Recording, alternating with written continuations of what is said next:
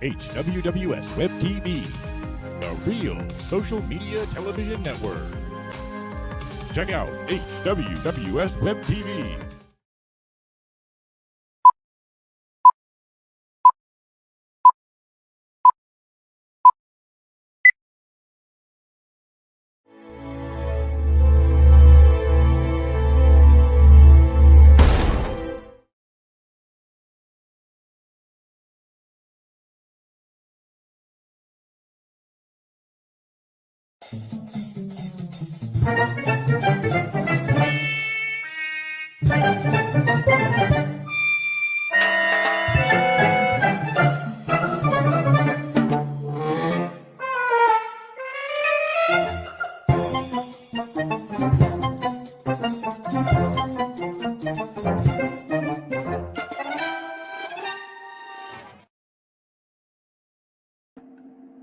You know, it's really funny.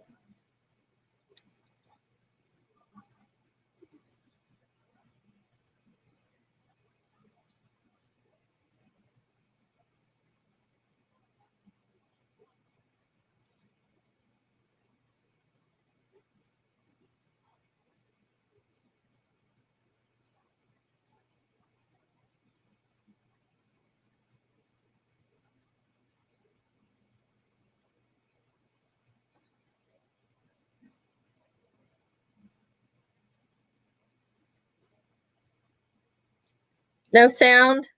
Okay, I can hear you, Rose. Okay. Okay. Now we can hear you. Yeah, I just unmuted myself. I had screaming children around here. Looks like Mark's Is Mark frozen okay? up. Hey, Mark froze up. Oh my God, isn't that your job, Rose?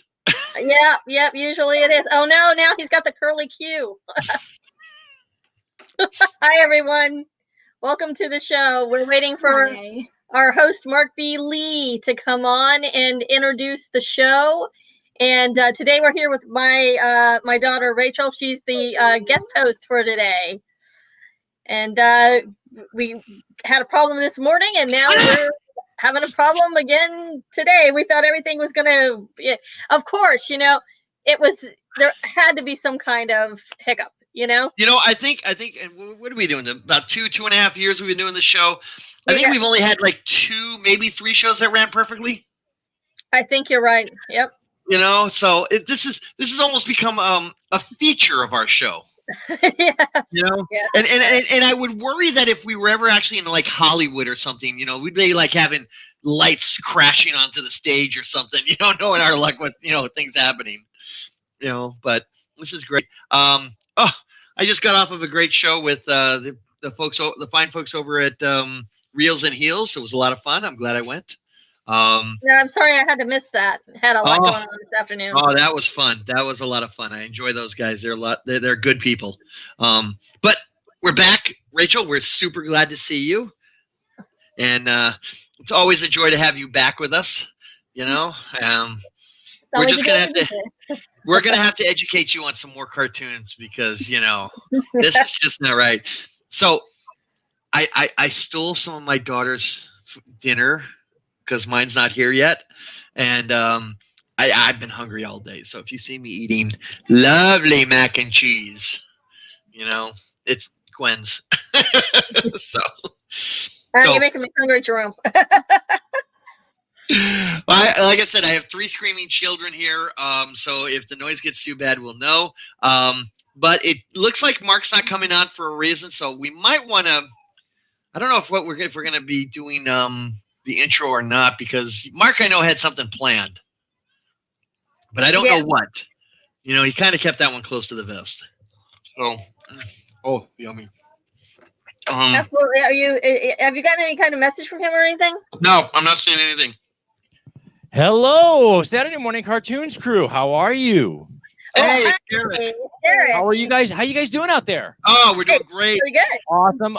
Yeah, Mark is solving some technical issues on his actual computer, so that's why you haven't heard from him, because his computer had to be fixed. But guys, we're gonna. I know we're waiting for Mark to come back in the room, but you guys, I will go ahead and drop Rose and the beautiful Rachel up the screen so you guys can introduce the show until Mark gets back, because this is Rachel's show, right? This is Yes, I mean, we let Mark host, but really it's Rachel's show. That's the way I got the note. That's the memo I got. Yes, So that's true. That's true. we're gonna go ahead and put you guys in charge, and then Mark, when Mark comes back in, we'll let him take control and all that stuff that he does, you know. Well, you know, Mark being the old man, you know, get off his lawn type of thing. So yeah, you know, well, he's got to go make sure that the all the proper "get off my lawn" signs are in his yard. So here we go. You got take control, guys. Oop. There you go. So this is my chance to say good stuff before Mark comes. Okay, so this is Millennial Garbage. This is about cartoons that I grew up with, or people of my generation who are my age are currently enjoying / hating and loathing with a passion. A lot of the stuff we will be covering, well, it is going to be really bad. But I do want to bring up some good stuff millennials did, because believe it or not, contrary to what Mark will tell you, there is some really good stuff about millennial cartoons and cartoons currently airing. So I'm glad I got to get this off before Mark came and just completely shot me down and everything I had to say. So I'm thank you all for being here. I'm a little nervous, if you can't tell, first time hosting anything, but I'm happy to be here, and it's just really exciting. I hope you all enjoy. Why don't you go ahead? I think that Garrett can pull up a clip, right? Oh, I don't want to do that yet. Not without Mark. We might have to. Ooh, You might not get a choice because he's switching laptops. But so instead of pulling up a clip, why don't you sort of give us an intro about this show? You don't have to tell. Let's see if our guests are members of the cartoon crew. See if they can guess what you're talking about. So try not to drop the name if you can. All right. So this show is over 900 episodes long. I think I know which one you're talking about. It's an anime, so Japanimation. It's about well, that's kind of giving it. Okay, I was gonna say it's about pirates and going on pirate adventures, and it had a very bad original English dub, which is what we were talking about today. Well, most of anime back in the 80s had horrible English dubs. Mm-hmm. And what's especially fun is if you hang out with someone who speaks Japanese and they watch the subtitles and the dubs and all that, they roll on the floor laughing at how bad they are. Okay. Yes, Terry, over 900. It's still ongoing. It's still ongoing. Still ongoing. No. Terry, I will give you this, Terry. Also ongoing series. I'll give you that. But it is a very, very long anime. And it's like really interesting too, because the author, it isn't like the author's just keeping it going just for the money. No, he had this thing planned since day one. He knows everything that he's gonna, well, not maybe everything, but he knows a good chunk of what he's gonna put in beforehand. And it's honestly a really interesting. And the creator, the actual creator of the manga, he started out in high school, didn't he? Yes, he started out doing like drawings of this in high school. He had this all planned out from the start, which makes it really interesting. Well, why don't you talk about maybe how it became like an original, because you know the history about how it became the first the dub. Yes, the dub. So I know what you said. In the 80s, you've got Chris Jones. You got it. One Piece. Great segue. Now I know a lot of the anime in the 80s. You are right, Jerome. Are oh no, I just blue screen there for a moment. A lot of the a lot of the anime from the 80s have awful dubs, but this dub was done in 2004, and it's a special kind of bad. It isn't just the voices are bad or maybe the translation's a little. No, this is specifically tailored in a way to be bad. So One Piece, if you know what it is, this is not a kid's show. This is a show for adults. However, when 4Kids Entertainment, literally named 4Kids Entertainment, got the rights to this, they did not know anything about the show other than it was about pirate adventures. And so they started airing it without knowing that this was an adult show and how much censorship they were going to have to do to make it appropriate for adult child audiences. So it's actually a really I keep saying interesting because it is. It's one of the most interesting bad things out there, at least for me. Quick, look busy. The boss is here. Hey, can you hear me now? Yes. Yes. I had to switch to another laptop. I was actually napping while Rachel was talking anyway. But, I just wanted to tell you guys my apologies. We switched over to a new platform, and immediately we have problems that were my fault that had nothing to do with this platform at all. My old laptop that I was on just basically froze. It said, no, Mark, no. You're leaving the other platform, no. Rachel, how are you? I'm sorry I didn't get to say hello to you once we started. I'm good, Mark. I'm ready. I can take it. Bring it on. I'm ready. Okay. What did you bore us with while I was away? Well, I basically just covered the history of this first show. Sorry, you can stop talking now. That's okay. It's unimportant. So anyway, you can take it, remember? Okay. Did you go through the first one yet? We did not go through the clip. We went through like the history. Give me a second. The cat's being horrible. You're right, Mark. They all are. Eat them. They suck. Eat them. Barbecue sauce. All right, now that I've killed the cat, okay, we have not done the clips yet, but I basically went over the long history and said interesting like 5,000 times. So I think it is finally time to show the first clip now that Mark is here. So they took this long-running anime series and they turned it, pretty long going at the time, and they turned it into this. You would play the first clip, oh no. Oh. Don't give it up, Lupe. Don't give it up, Solo. Don't give it up, Nami. Don't give it up, give it up, give it up, give it up, give it up. Here's how the story goes. We find out by the treasure in the grand line. There's no doubt. The pirate whose eye is on it, he'll sing. I'll be king of the pirates. I'm gonna be king. His name is Luffy. That's Monkey D. Luffy. King of the pirates. He's made of rubber. How did that happen? Yo ho ho, he took a bite of gum gum. His name's Zolo, he's just like a samurai and a L-A-D-Y. Nami's not shy. Usopp's doing that marksman thing. Sanji's cooking, Chopper's doctoring. Set sail for One Piece. It's the name of the treasure in the grand line. Set sail for One Piece. Wow. Yeah. Wow. You know what? I could probably actually go for that. I mean, if the action is like that during the whole, episode, I could probably dig that. The action, that actually is a perfect segue into the next thing. The action in this show, like I think I've discussed before, this is not a children's show.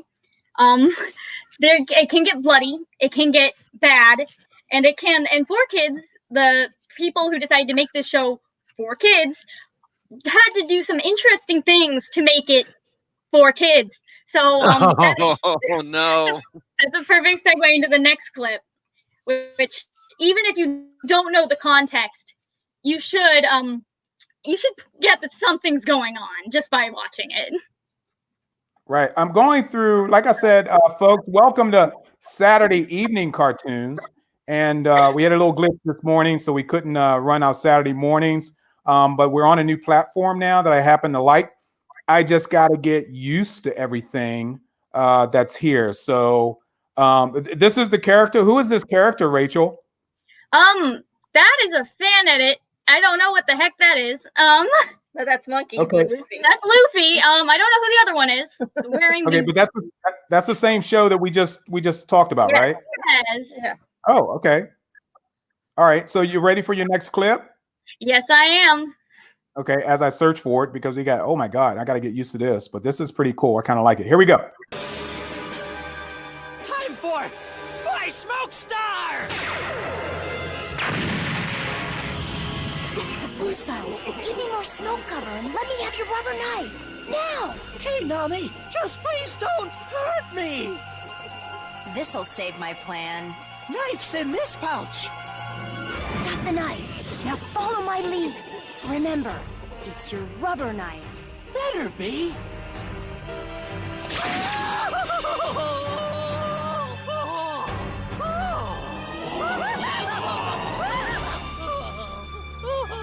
Don't overdo it. Now fall in the water.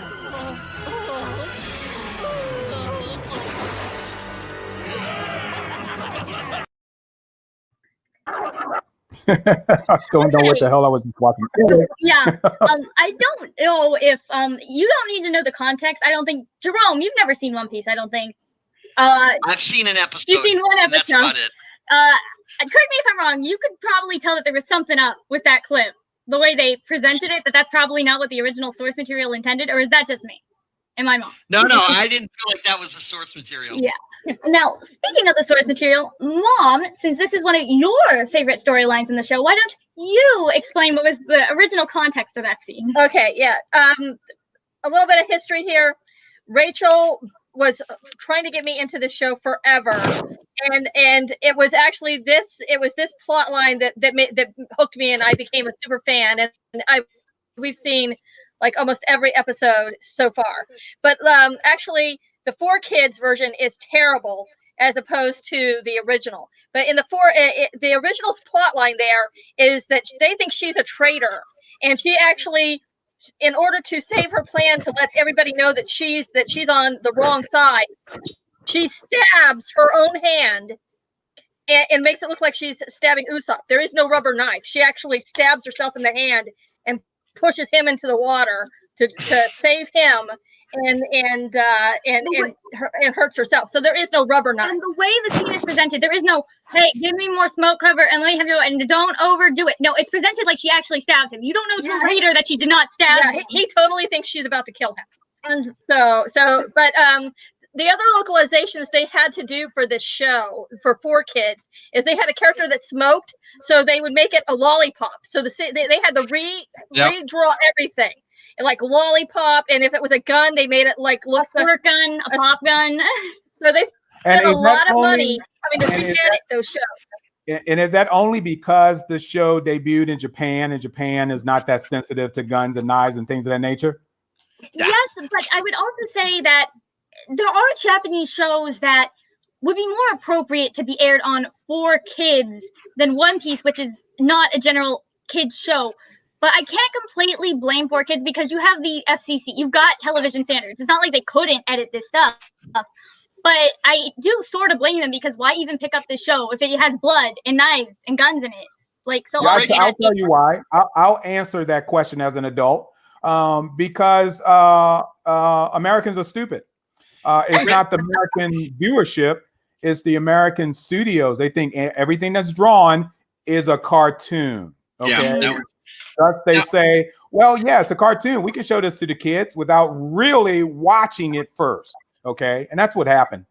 Rachel, when did the show premiere in the States? What year, do you know? In the States, 2004. Okay. So you've got Pirates of the Caribbean, the franchise is pretty much winding down. Another pirate thing is what we're looking for. Oh, look, there's this thing called One Piece. It's animated. It's for kids. We'll make a fortune. Okay. That was, I'm betting, a part of the thought process as to why they did it. And then they watched it and got the translation and went, OMG, how do we change it? Quick, we're on the air next week, you know? And dominoes fell after that. Yeah. So that's pretty much what it is. Once our FCC got involved, they're like, whoa, what did we do? There's violence, there's knives, there's people killing and stabbing, and this is supposed to be a cartoon. Oh, my God. All right. Good job. So it only went Rachel. on for that 4Kids version only lasted how many episodes? It lasted 100, I believe, around 144 episodes, which is small compared to the big series. And fun fact, this series, because of all the edits they had to do, maybe check your stuff because they went bankrupt because of all the edits they had to do for this series. Wow. That is hilarious. Why they went bankrupt? Yeah. Yeah, instead of like putting it at late night or even on a cable channel, they just said, no, we got to redraw everything. Because was this literally coming on Saturday? What day of the week was this coming on, Rachel? This was coming on Saturday. Oh, wait, it was on the Fox box, which I believe is Saturdays or Fridays. It was Saturday. Saturday mornings? Yeah. Saturday mornings. Like at around 11 o'clock. That was part of Fox Kids network TV shows? Yeah. Yes. Yeah. And then Well- later went on to Toonami. Sorry, guys, I'm a Democrat. That's Fox. Okay. So anyway, all right, good. What do you want me to do next? Right. So that kind of transitions. If we're talking about 4Kids, let's talk about a show that's actually 4Kids that they did. Sonic X. This show was my childhood. Didn't we talk about this in one of our previous shows? We talked about Sonic Sat AM We had and Sonic. Adventure. Yeah, we had Sonic. Okay. Leave her alone. Sonic X. I look back on it because I used to love it so much as a kid. So I look back on it recently, and I'm like, oh, this is still pretty good. Well, at least it was for the first episode until I realized this little thing, this little like minor detail that always made me like kind of hesitant to watch it as a kid. And do you have the clip, Mark? Oh yes, I have the clip. I was waiting for you. It's supposed to start like a minute into it or something. Yes, I believe so. I think the HWWS team did something miraculous. Let's take a look. Sonic!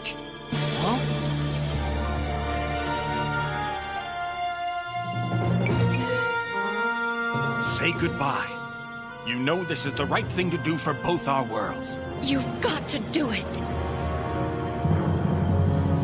Well, Sonic, Chris. this is it. You're my best friend. It's been cool. I'm glad we met. Why do you have to leave? There must be another way to solve this problem. Bye, Sonic. And good luck. No! Please don't go!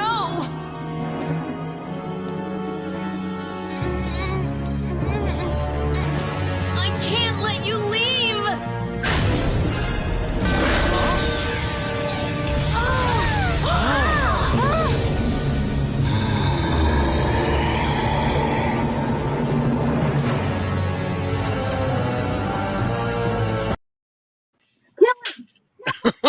Jeez. I had a terrible voice actor. Do it. Wait a minute. I think you're talking too fast. You're upsetting the mic. What did you say? I said, Death Song, kill him, kill Chris Thorndike and his also awful voice actor. This is the reason why I couldn't completely love this show. They had to have this awful self-insert kid character who was, I guess, is supposed to relate to children, but they did it by giving him a mansion and making him rich, which all children can relate to, obviously. And making him the most selfish person on the planet. So, this show would have been pretty good if it wasn't for that little annoying, horrible detail about it. You did take your Flintstone vitamins before you came on, right? You know, wow, are we passionate about this? What did that little hedgehog do to you? The hedgehog did nothing. The stupid, annoying kid did something to me. Oh, right. I'm sorry. I lost you when you got angry, but okay. Oh, yeah, All don't. I understand. The name of the kid is Chris Thorndike. He's rich and lives in a mansion. He's supposed to be relatable to kids. And his parents are actors.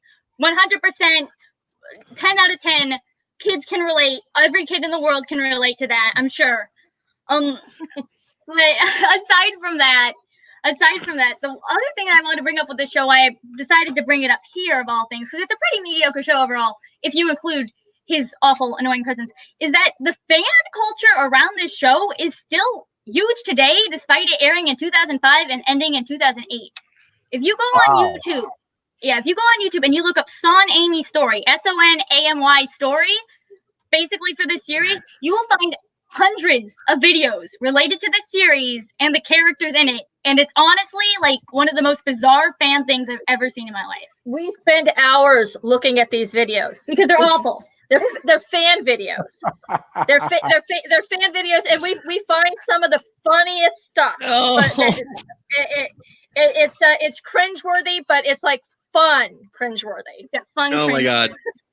This is hilarious. I'm loving this still show. today. They're still making these videos. They're still making these videos today. I don't understand why. You two need to get a new hobby. You know?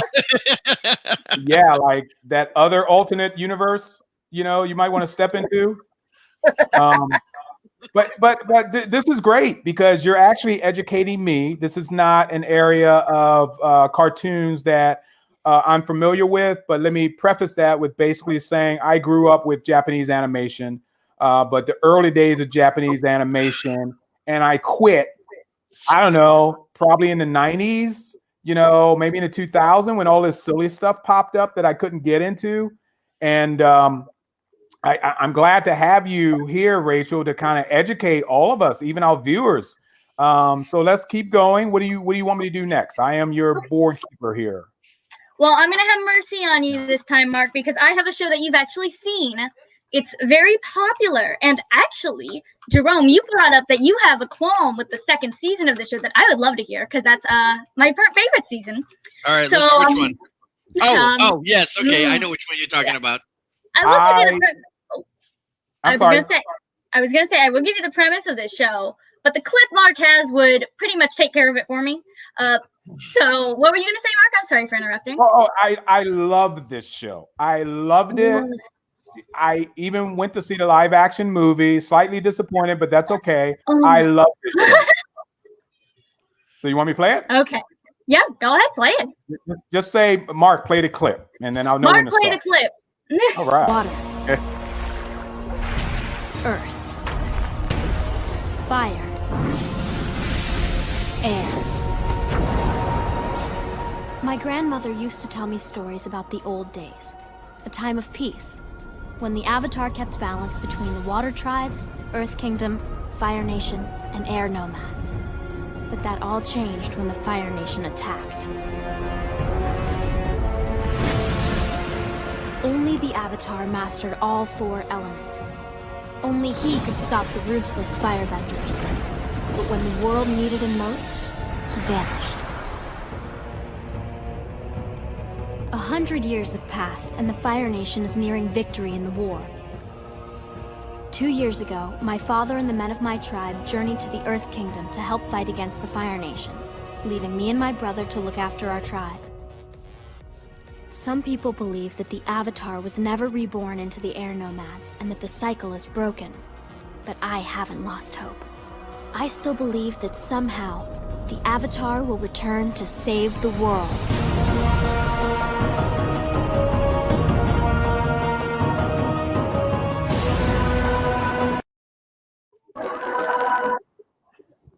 Brilliant. I mean, I don't know what more to say. Go for it, Rachel. This is one of the most, if you have not seen it, this is one of the best cartoons in recent history. It aired in 2005 on Nickelodeon, and it is definitely worth your time. This has one of the most complex casts I've ever seen in animation, one of the best redemption arcs I have ever seen in animation, and a comic relief character who somehow manages to be endearing to me and not annoying, which is like a feat in and of itself. This show is amazing, and you should check it out. Now, Jerome, I'm really interested in what you have to say about the second season. Because you kept bringing it up. So much not the second season, but the second iteration of Avatar. Oh. Okay, with Korra. Okay, I'm not a big fan of Korra. Okay, I like the first with Aang. I really liked Aang. You're right. I loved it because it had a story arc. You had growth in the characters. You had, I mean, all the stuff you expect from an adult show. You had. Okay, and there were lots of Easter eggs that we could we could do an entire show on this of the Last Airbender because of the number of Easter eggs that were hidden throughout this show. My personal favorite episode is when Sokko gets his meteorite sword. That was my favorite episode. But again, you're seeing actual consequences of decisions, okay, of things. And you're right, there is a wonderful redemption, one that, you know, you kind of see coming, but when it happens, you're still surprised. For me, it was Korra I had a problem with, because they didn't seem to have a story arc in mind with all the different seasons. It seemed to kind of, they looked like they were kind of flailing to try to get a storyline going with it. They couldn't quite figure out where they wanted to go. Yes, you know? I feel like I keep interrupting, and I feel awful. I was going to say, with Korra, I don't completely agree, because I do have to say that it isn't completely the writer's fault in that regard, because Nickelodeon was being very they wouldn't tell them that they were getting like renewed until like halfway through the season's airing, and that was kind of not good for them. I think with what they cobbled together, they did a pretty good job. At least at the first and the third seasons. The second and the fourth ones I have more problems with, but I do think if you do check out Last Airbender, you should definitely at least give Korra a chance. It's not something that you should just completely skip. Oh, I already have. I've gone through the first 2 seasons of Korra, and I kind of walked away from it because it was just too much of the characters didn't feel fully developed. Is probably the best way to describe it, and I just walked away from it going, I expected more, you know, from the characterization. Can I add something? Yeah. Okay. Rachel, you didn't pick me. Oh, smart. Where's that dump button? Where's that dump button? I don't know. You know, as someone who's interested in mythology, okay, I mean, I was brought up on Roman and Greek mythology back in the days. I like anything God-like, God-related, and Avatar basically gave me something as close to gods as possible, because it was basically broken up into the elements, and it's like, oh wow, fire god, wind god, you know, earth gods, you know, it was just like, wow, this is cool. And then they compiled all of that into civilization. It's like, oh my God, that's brilliant, you know. And then of course the Avatar himself, which could control all of them. I like, this should have been a freaking novel like Homer's Iliad or you know, something like that, because this, I would love to just have read this, you know, even though they brought it visually to us all, which, you know, I'm very, very excited and happy about. It was a standalone show. This was a show that, I mean, other than Sonic, there really aren't live action movies made from some of the cartoons that we saw, but they definitely grabbed this one and said, oh no, this is epic. We got to make a movie, a motion picture out of it. And they did. I love the fact that the god of all elements, which was the Avatar himself, was an innocent little boy who still acted like a little boy, who was still learning how to control all of those powers of the elements, but he was still a little boy with a big ass flying teddy bear, which was actually a bike. You know, and it's like, I wanted that as a pet. You know, so that was fantastic. So good job on picking that one, Rachel. Thank you. Rachel, I will say this, what I really liked about in the first, with the Aang series, was the women in there were incredibly powerful as characters. There was, I don't think I ever saw a weeping willow anywhere, you know, that needed to be rescued. It was usually them that were rescuing, fighting, or killing.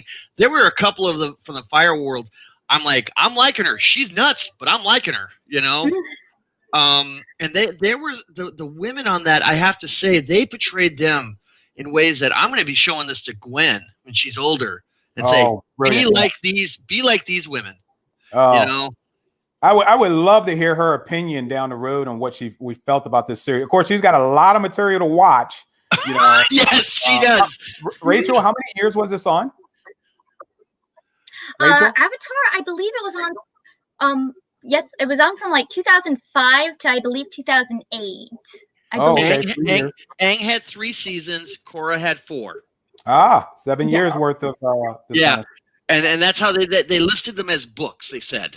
Yeah, And that's how you were able to do it. that's right, because that's what came up on the screen in the beginning before each one started. They literally showed the title, and Yeah. the book was in front of it. So that's great. And my apologies, Rachel. I noticed that we have a slight delay coming into your computer. That's how I know how you respond to me asking you something, whatever. So it's not your problem. It's a computer issue. Just one final thing about Avatar. I was at a convention for cartoons, and we were sitting there. We were talking about it at one of the panels, and uniformly, the panel of experts declared that this was America's first real anime. Everything else was an import. Agreed. This was an anime that America made and finally understood what anime was about. Yes, and they did a great job on it. Basically, not necessarily the first outing, or I could be wrong, but they did a good job in convincing all of the anime people out there. And like I said, I'm from old school anime. Speed Racer, Kimba the White Lion, Gigantor, Astro Boy. That was my anime, all the way up to Bubblegum Crisis, I have to say. Oh, good show. Yeah, and I basically waned off and didn't know what else was out there. But this was a great addition to the anime series. And for people who don't know anything about anime, they could watch this and say, "Oh, I love that style." They even got the style. I don't know if they hired Japanese or Asian cartoonists to produce this. Jerome, do you know? I don't. I'd have to go and look. There's on the DVDs they have a lot of documentaries that I haven't gone through yet. But I do know that they used a lot of. If you watch how they all move, they used a lot of the martial arts from different parts of Asia for this. So I would suspect that they tapped into the right things. Well, it's interesting what Chris is mentioning about Korra. I really didn't watch Korra. I think I actually didn't watch anything about Korra. And so, what do you think, Rachel, about Chris's comment here about that it didn't have what made Avatar special? What do you think? I agree with Chris. It's not a bad show by any means. It's actually a pretty good show on its own merits, but it just doesn't have the characters of Avatar, or it's just lacking that thing that made Avatar so special. The characters are the best I can come up with as an explanation. It just felt different. If that makes any sense. Yeah. And I do want to add something about Avatar real quick. Earlier this year, Rachel and I rewatched a lot of it. It was on Netflix, and it was in the top 10 for like several weeks. It had a resurgence for quite a while on Netflix earlier this year. So that's nice to hear. Still like it. Yeah. I think that with Corona and everything, people needed something to latch onto, and it just soared through the charts for several weeks. And the beauty of the Avatar is, with the exception of a few episodes, this is what they call a positive show. Okay, the good guys win. At the end of each episode, while there may be a couple of dark areas, you don't feel like you're ready to slit your wrists like some shows or whatever do. Yeah. You watch this and you're going, hey, these kids have got it together. They know what they want, and they're trying to solve the problem, and you feel positive about this. And they had great cliffhangers too, Oh, absolutely. But it wasn't a bad cliffhanger. It wasn't one of those that you kind of came back and you go, okay, I feel comfortable. I know what they've got. I didn't feel the darkness that I feel with a lot of modern shows today. Yeah, it was theatrics on television, and I love it when you bring that production value up, to entertain us that much. Yep. Okay, Rachel, on you. All right. So next thing, that's enough of good. That's enough of a good show to actually talk about. That's the garbage. This show, it goes downhill from here. Is that what you're saying? It goes downhill. That probably is the best show we're going to be talking about. But to be fair, that's a pretty high bar to meet. So this next show is very interesting because of its theme song, actually, which I chose as the clip. You don't show that right now. I want to see if anybody in the chat can guess why this theme song is. You can go ahead and play the clip now, Mark. Hey, Rachel, you got slow internet there. Actually, it chopped out every other word. Can you repeat that again? Oh, okay. Am I good now? Yeah, you are now, but once you start talking, we'll see. Keep going. Go ahead. Okay. So what I was gonna say is that I chose this show because its theme song is actually very interesting, and I want to see if anybody in the chat could tell me why, or maybe one of you two could tell me why this theme song is interesting. Yeah, garbage, Don't but ask, interest. don't ask me. I gotta go change my diaper. I'm not gonna sit around for this crap. No pun intended. Okay. All right. So you play the clip. Play the clip.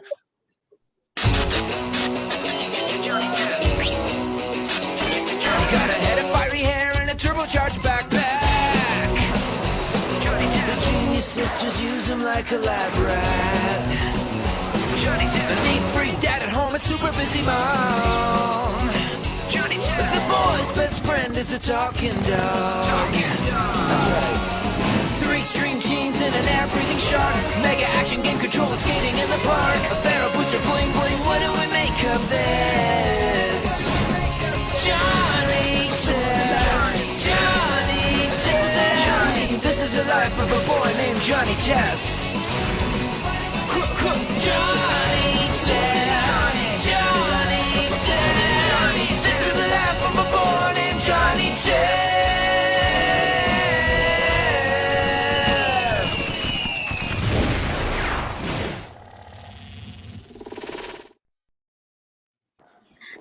All right. I would have been banging my head like the song suggests, but something solid would have been in front of it. So I'm just telling you that.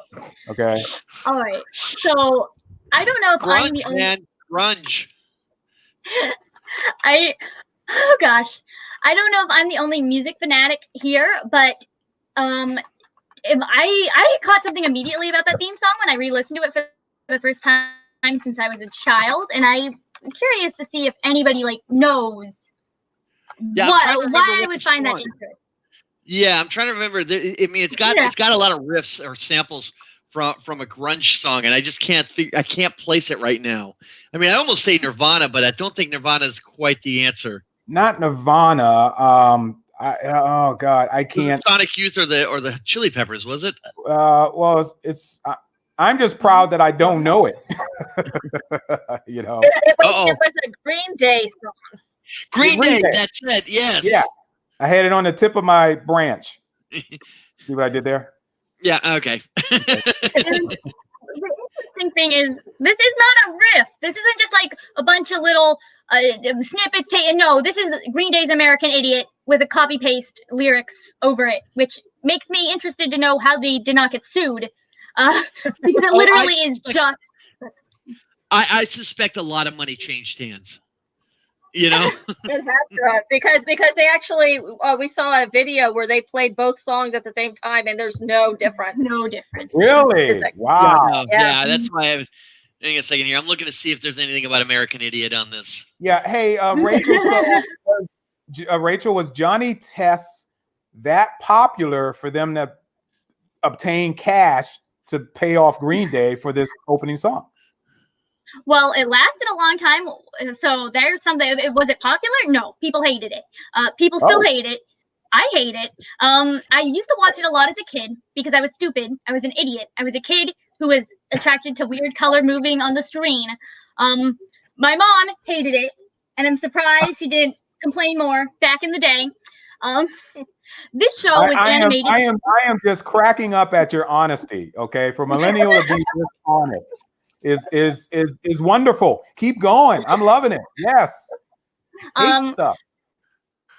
Yes, this show was animated. I'll keep hating stuff. With Flash, which is another trend. Yeah. And that I wish would stop. I understand it's cheap, and some shows do it very well. This show does not. This show is one of the worst. It was one of the first Flash shows, and it's one of the worst Flash shows.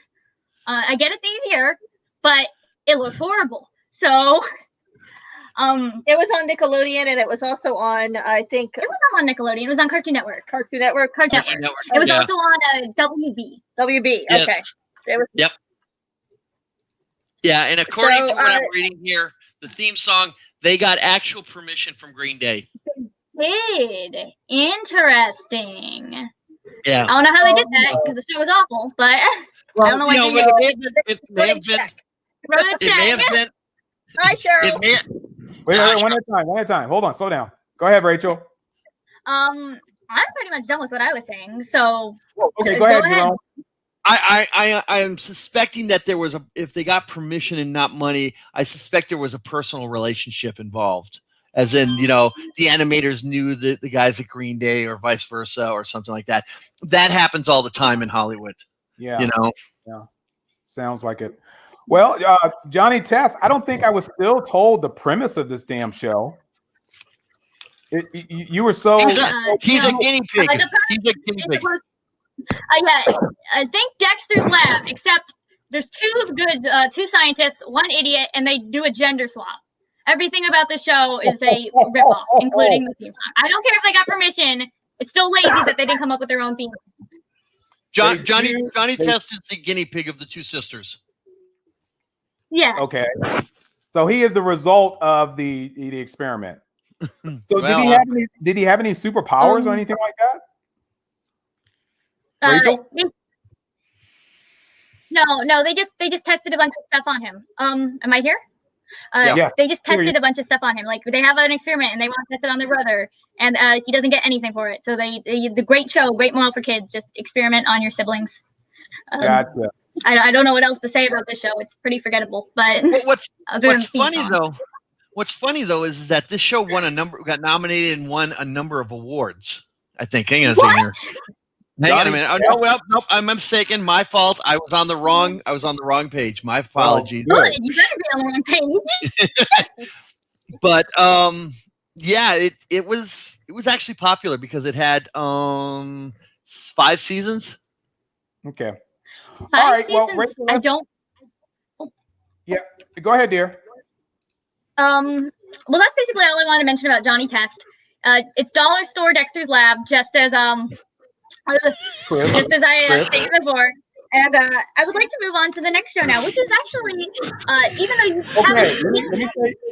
Let me say something first. Okay. At first, I thought we had entered bad territory after we left Avatar. You just lied to me. Okay. What you're about to get into next, I grew up on. We gave you this. I want you to understand that. I don't think millennials are responsible for this at all. But if they liked it, then we're very happy. Of course they liked it. We gave you this. Okay, I'm done.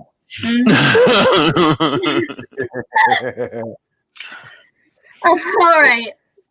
So you can just go ahead and play the clip, and then we can talk about the show. Okay. Here we go. Loving this. This is fantastic. If I can find it.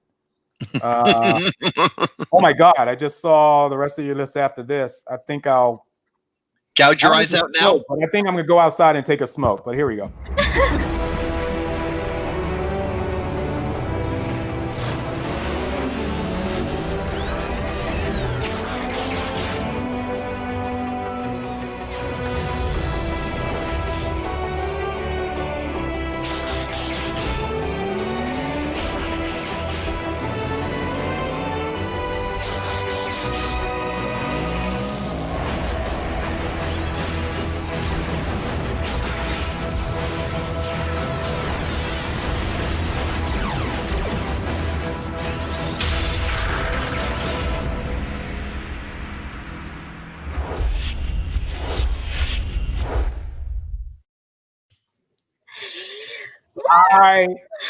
Look, even though it started out as being drawn animation, shall I say, and of course it advanced into CGI. But remember, we started off with Transformers, more than meets the eye.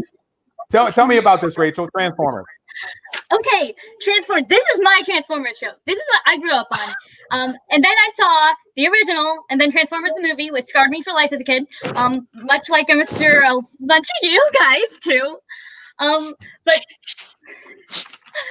back to this one. This one was pretty dark too. The thing is that I think that this show justifies its own existence as a remake is that it takes the idea of a war and recontextualizes it in a more serious way. If your name is not Megatron or Optimus Prime, you can die in the show. It doesn't matter how much screen time you've had or how much the audience likes you. You can be there for 1 second and gone the next, and it is horrifying as well. One of my favorite examples of this is, spoiler alert for the first 20 minutes of the episode, first episode. They set up Cliff Jumper as this one of the main characters, only for 20 minutes later, him to be brutally murdered by Starscream. Oh, And like his hand goes through his chest, and you just see his dead body on the ground. And I guess because they're robots, it's okay, but that was not okay for me. Look, but this show was very good. Yeah, they need scrap iron. I mean, what are you going to do? I mean, somebody's got to die. I need a bumper. Come on. I am surprised at how much you enjoyed this show, because I enjoy all of the Transformers series, and there's been a lot now. You got to get into Beast Wars. If you Beast Wars. Got to get into love Beast Wars. Oh, did you? Oh, that's. I'm already my God. Beast Wars. I love Beast Wars. Rose, you can keep your daughter now. I take back every negative thing that I've said about her until we move on to the next list of shows, and that's when she dies. So a couple of things about this. You wanted to say? You had some notes about Transformers Prime. Yes. What I really love about this show, thank you for bringing this up, because I had this specifically highlighted and somehow I forget it. Transformers Prime is amazing for the sole fact that they brought back Frank Welker and Peter Cullen to play Megatron and Optimus Prime from the 80s series. That in and of itself makes the show awesome. Hey, Jerome. Let's go ahead and piss Rachel off. Jerome, have you met either one of these characters? Optimus Prime and have you met any of the voice actors in person? No, I have not. However, I have met, and a friend of mine is Jeff Klein, the producer. Okay. Hey, Rachel, we have met these people. We know them. Okay. All right. And actually the guy that plays on the current War of Cybertron, I think that's on Netflix right now, who plays the voice of Starscream, a very personal friend of mine, and I've actually had dinner at his house. So nanny boo boo. All right, here we go. So if you look carefully at the guys who created this, it's Akai and Kurtzman. And they're basically the two guys in charge of the Star Trek franchise right now.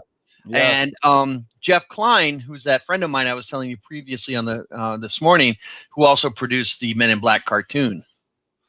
So Jeff Klein lives out here nowadays, out here in the West, and I know the guy. We need to have a Transformers show and invite these people on. I'm sure my friend who's the voice of Starscream will jump at this chance in a minute. So we need to have a Transformers show. I think these guys in the chat room, and once again, guys, thank you for joining us for Saturday evening cartoons. Our morning show went for Blutz. I think that's a Yiddish term, but anyway, it did not materialize out of great anger and breaking of furniture in my household. But we were able to reschedule and go to another platform, which we will be using from this point on, because I happen to like it. Mike, yes, we've all watched Transformers. Yes, I've had some toys. Rachel, do you have any Transformer figurines? Action figures, I'm sorry. Unfortunately, I don't, because my mom's cheap. So I don't have I want them so badly. You have Pokemon cards. Rose, okay. Rose. Reason why I don't have children. Okay. Good reason. Just so you know. Oh my God. Let's get Chris off the air here. How do we bump him off? How dare you, Chris, you Nazi? How dare you, Beast Wars?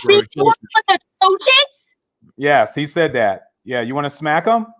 Well, we're trying to develop that technology. We're trying to develop that technology where we can reach through the screen and grab people by the throat. So you're gonna have to wait for that one. Then Jerome will get punched in the liver if that was.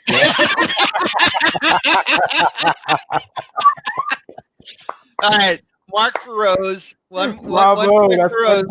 10 points for Rose.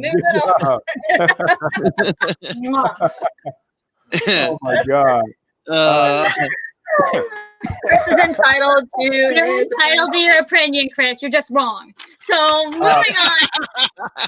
Yeah, folks, ladies and gentlemen, if you don't enjoy our Saturday morning cartoons, at least you can come to our Saturday evening cartoons and definitely get violence. Okay, we're in the evening time. So, what is Mike? What original mentalist work? Wow. Yeah. Okay, $300. And then of course Chris comes back and says, "Heck, let's go for bro. Gunham is far better. No holding back. We're gonna punch him in the liver all at the same time." Yeah. There'll be a line for this. Oh my God, that's terrible, Chris. How can you on our show? All right, sweetheart, you're doing good so far. Keep it up. Saturday morning cartoons right. after dark. After dark, I like that. We got to use that. Go ahead. The next. Uh-oh. They froze. Yeah, Rose has the lousiest internet of anyone. This thing kills us. As you can see by her resolution is just terrible. It's not her fault. It's what the area can hold. So we're hoping, Rachel, if you still, or Rose, if you still hear us. Oh, there you go. You guys are back. Yay! Say something.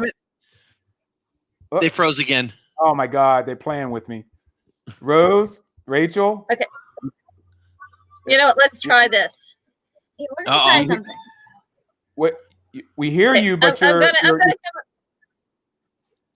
right, we're gonna try something here. Well, okay, we hear you, but we just don't. You're blanking out, but you seem to be fine now. Rose, tell your husband and your son to quit playing computer games on the internet, will ya? Right. They're sucking your bandwidth down. Yeah, I think you probably loaded. Oh yeah, you've been back. Yes, you've been back. You didn't hear all the bad things we were saying about you. we just switched networks, so we're back. Oh, you do that? Switch networks. Yeah, we were using a Wi-Fi hotspot, which apparently was horrible because it decided it didn't want to work. I'm going to turn that off now, so we don't waste. Yeah, turn that hotspot off. So you're in house Wi-Fi now, right? Yeah. Now it's going to turn off in like a second. Just watch. Okay. Well, you know what? We needed this break because you're about to disappoint me with your next things that's on the list. Yes, I am. Okay. So oh, look at this. Look at this. Look at the excitement on her face about it. Yeah. Yeah, Garrett, this is perfect. Saturday morning cartoons after dark. We may have to adopt that. That's not bad if we have to do evening shows again.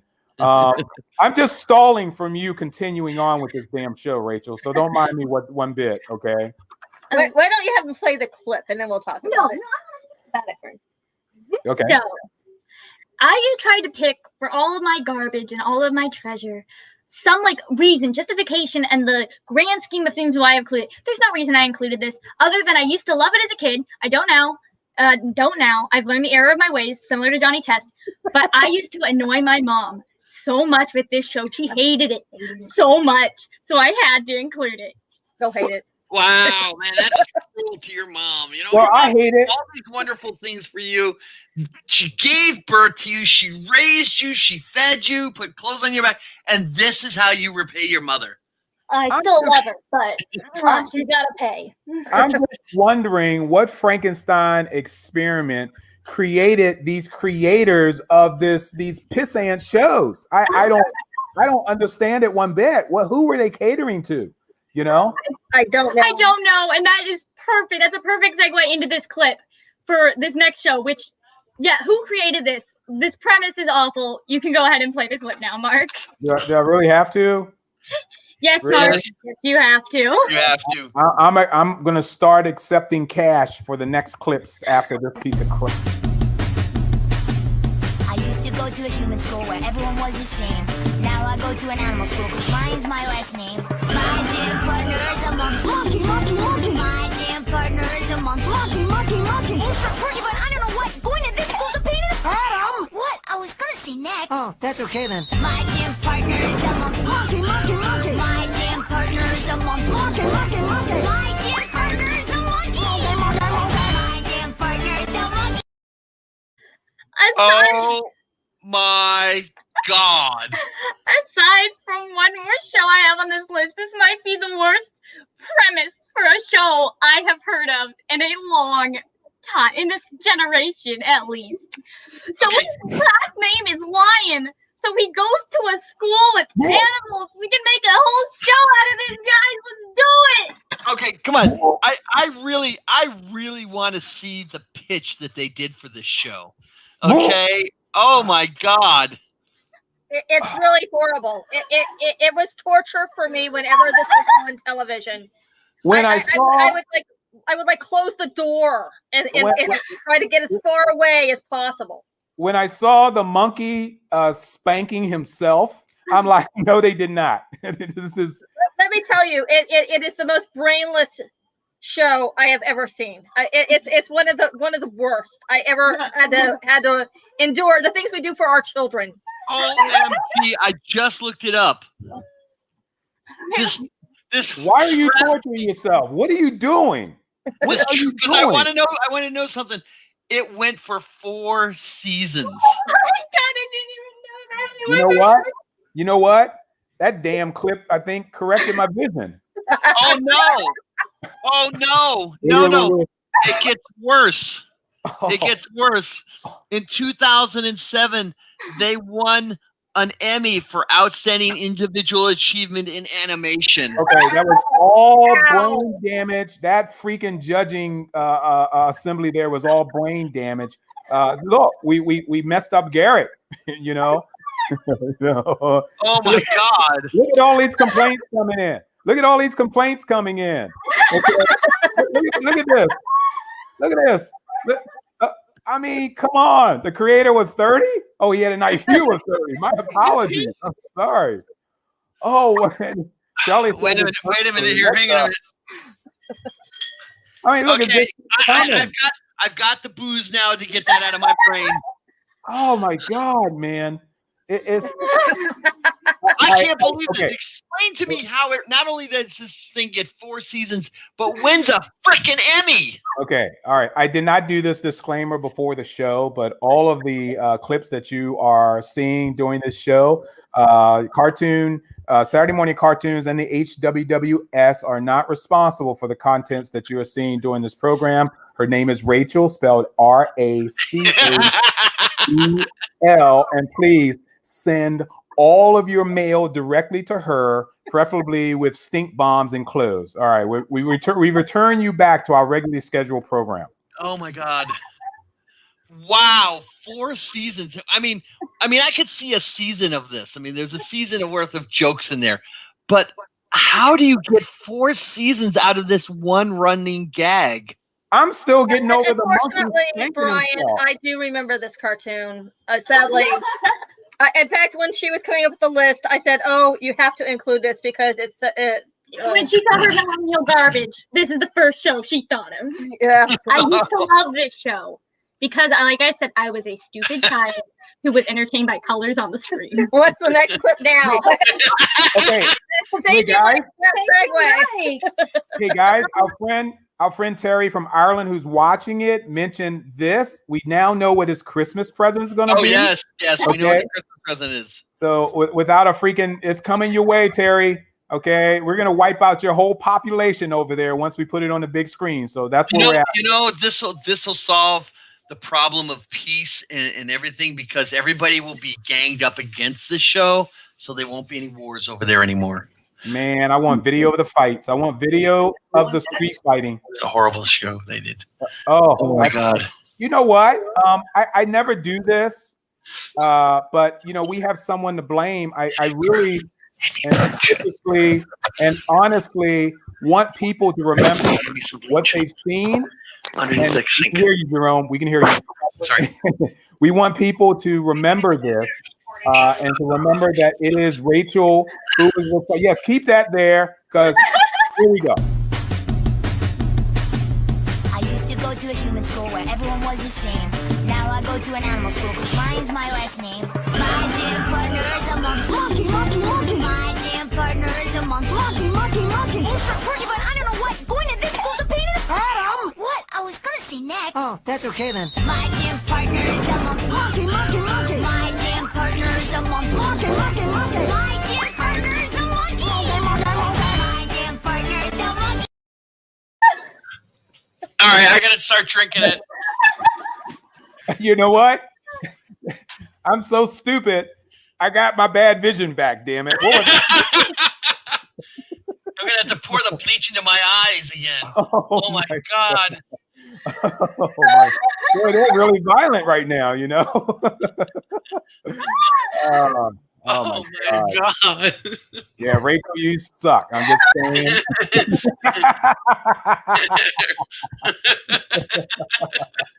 There you go.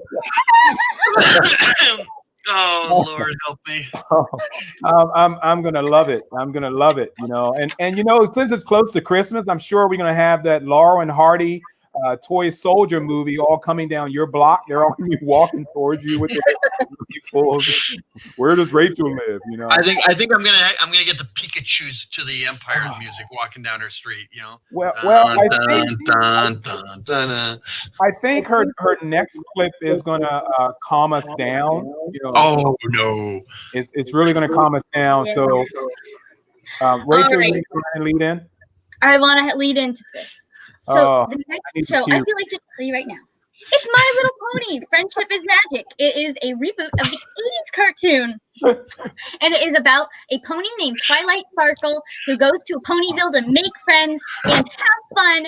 And that's not why I like the show. Why I like the show is in the next clip. Mark, you may show the next clip now. Oh my God. I can do this.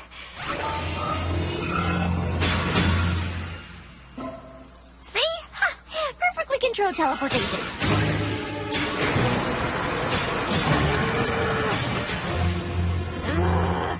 Princess Twilight! T-Rex! You have something that belongs to me!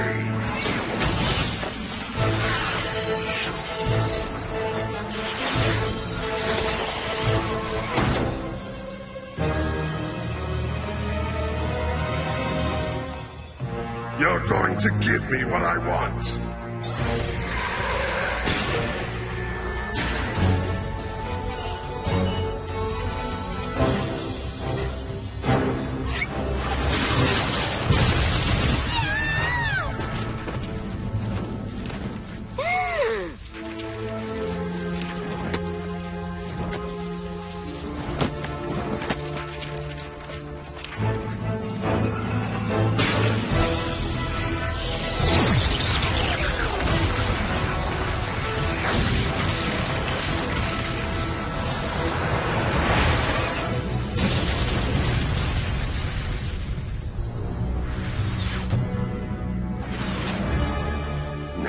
Understand what your fellow princesses have done.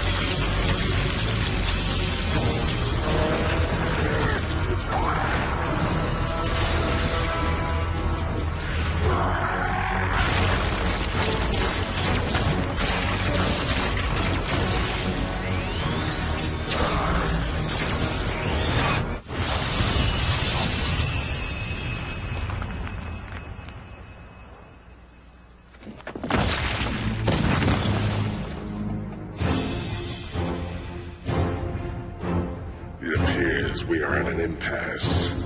How about a trade, Princess Twilight?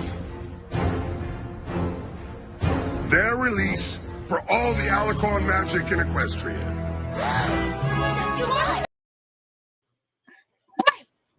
Okay, it's a long clip, so I cut it short. Good, but that's perfect. Okay, regardless of what Alfred said, that rocked. I loved it. It was so freaking, they weren't horsing around. Okay.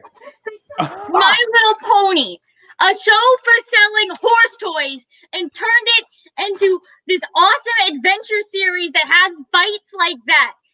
That is amazing in and of itself.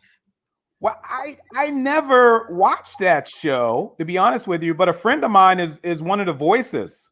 John Delancey, I think. John Delancey? Yes. And I never watched the show, but you know, we were bringing him to cons, not mainly to talk about My Little Pony, but he brought it up on stage, and it's like, what? My Little Pony? Are you kidding me? Wow. So talk to us, Rachel. Tell us what you got. Okay. Or I'm playing the monkey clip again.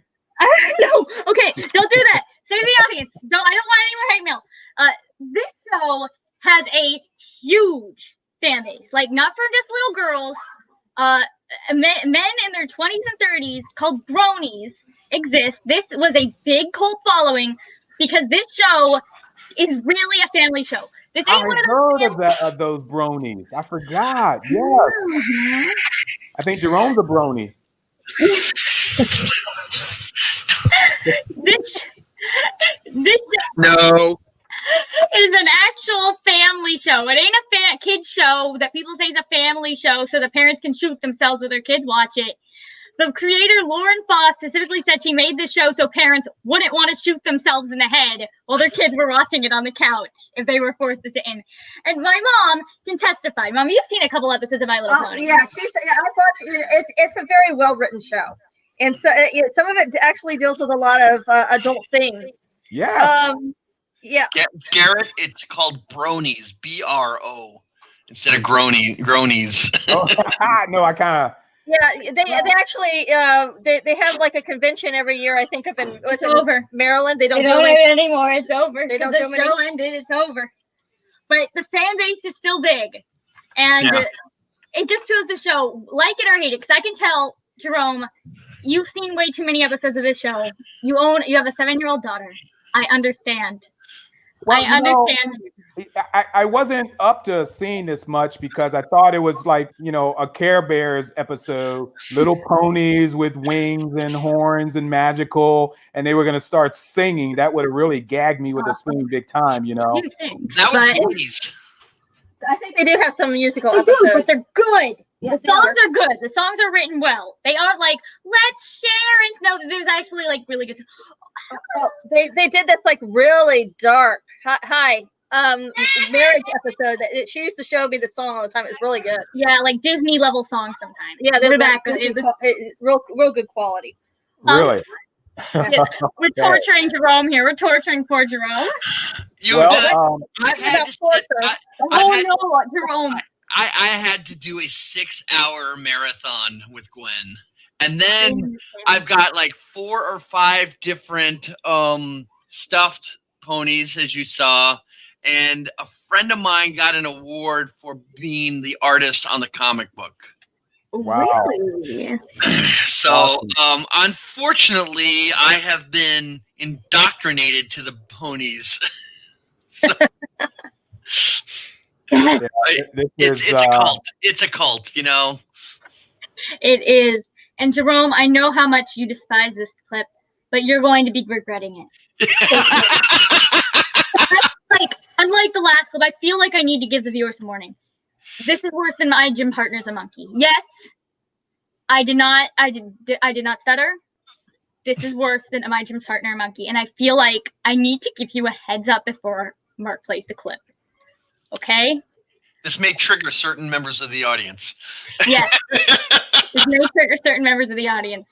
This is the worst thing. I looked at Millennial. This is the worst thing I found. When I'm looking at Millennial Garbage, this is the worst thing I found. Mark, you can go ahead and play the clip. I'm not playing it. No way. Can't make me. Can't make me. I'm not playing it. You need to play the clip, Mark. Yeah, this is called Millennial Garbage. You need to play so they can know how awful this can get. They need to know the awfulness that their kids can be watching. They need to know.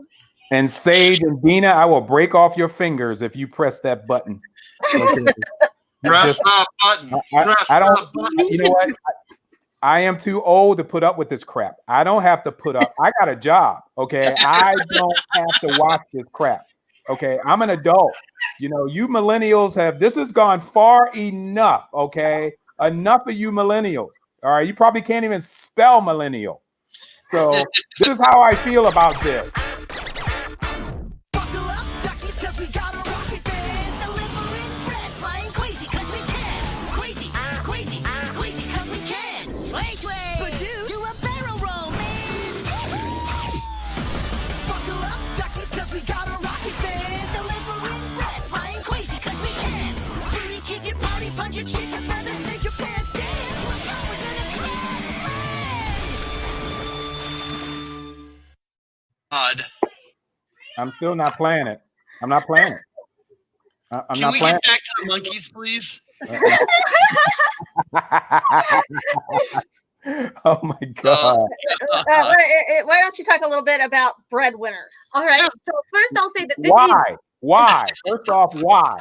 Why? Give me a good damn reason, youngster. Why? Why? I disown this series. I take no responsibility for it. I do not know why this aired. This is the worst thing I've ever seen. I do not know why it aired. Did you watch it, or was it your brother It that was watched it? Christopher. Don't you dare let me in. I was smart. I did not watch this. I know. Oh, blame it on the brother. First off, explain to me, what the hell are they supposed to be? They're ducks. Those are ducks. They're ducks? Yeah, apparently they're supposed to be ducks. Okay, some idiot animator has got his anatomies wrong. Well, they look like frogs. That's not a duck. They look like frogs. They deliver bread to the other duck. Hey, okay. Promise me that I will be dead and buried before you guys take over the world. Okay, just promise me that I will not be on the face of this earth when you guys decide, hey, this is some great shit. Excuse my French. Why don't you share with them the names of these two wonderful Oh characters? yeah, I love it. Their names are. I'm sorry. Their names are Sway, Sway, and Badooz. I don't know which one's which. They're the same character. They didn't bother. Whoa. What was the first name? Sway, Sway. Swiss Way? Sway. Sway? What is he? He got a stuttering problem? Oh. And what was the name of the other guy? This not guy, duck. You must have been the breadwinner syndrome. Kid. What was the name of the other duck? Badooz. Like God. Deuce? Yeah, Badooz. Yes. Badooz. Badooz. These are the names that the creator decided. Yes, I want to name my characters Sway, Sway, and Badooz. Well, there's some intelligent banter that's going on in the chat room right now. You want to display it on the screen. Okay. Oh my God. I just want you guys to know that I'm not gonna mention another disclaimer. You guys already know you have the address. Okay, you know where to send the Scud missile. So, Oh my God. I agree with Garrett. Those aren't ducks. Okay, and you can't. Oh, I like Terry's across the pond in Ireland, and he. Oh, wait a minute, I missed you. Where'd you go, Terry? Oh, there you are. He needs help. No, oh my God. Wait. This has got to be the most painful. Oh, geez, so Nicole. Hey, what is Brian and Nicole? And yes, you guys, we're putting up the Rachel's address again, and whatever you do, don't send her fruitcake because I happen to like fruitcake. You can send that to my address, okay? Oh my God. What did we wonder? Yes, this is the problem with our children. Okay? They go to school, and I'm sorry, Alfred. Sorry, buddy, but I really didn't mean it to cause this pain on this show. We had no idea. It's been that kind of day. I was go back down to Terry. Let's see.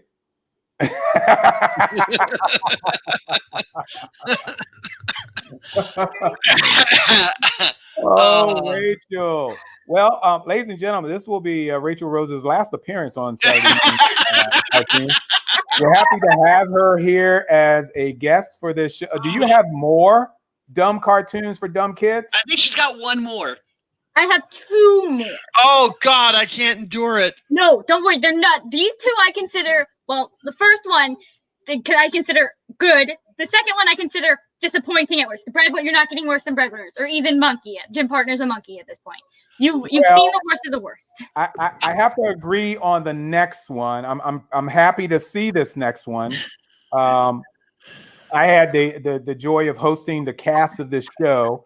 I'm still looking for your video. The cast of this show, so I'm looking forward to this. So play the clip, ma'am. Go ahead and play the clip. We're done with breadwinners, right? Yes, it's over. Never again. Forever. Never appearing. Again. I am officially banning this cartoon from this show. Ever appearing on this show again. I love what Garrett wrote. And the monkey butt. We're not doing monkey butts on this show anymore. Okay. Rachel had a duck incident. Oh my God. Yes. Retired from public life, which means she'll be home all the time. So here's the next clip. I happen to like this show. Oh, wait a minute. Car is delivering something. Beautiful car just flew by the screen with she didn't bring any drugs, so she didn't care about her husband. Here we go.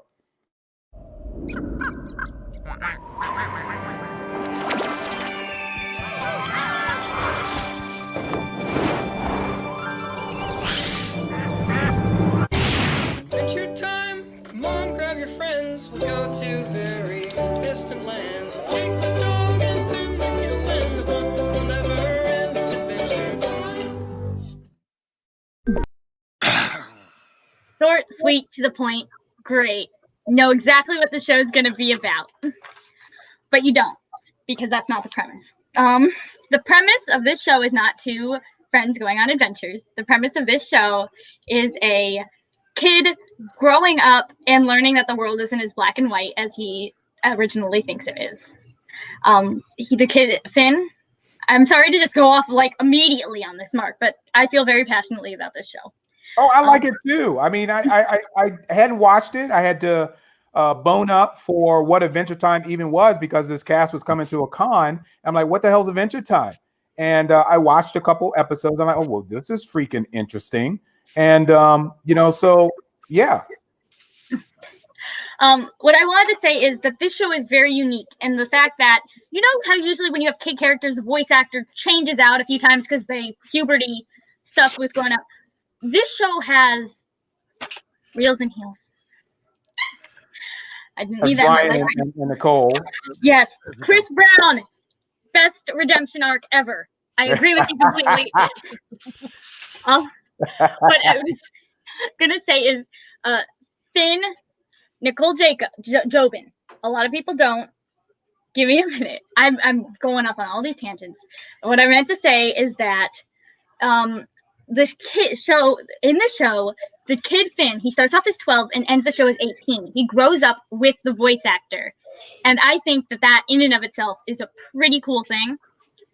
And another cool thing about this show is I actually requested a specific picture to be shown when I sent all the stuff. Yes, this is Princess Bubblegum. Guess which one she is? And Marceline, the Vampire Queen. They are two really good female characters, really good inspirations for young kids. They are really well developed, really nice, really caring people, and they are an adorable, adorable couple. Did you say very well developed? Yes, very well developed. Oh, don't go there. Don't go there. And characters. I knew where he was going. My apologies.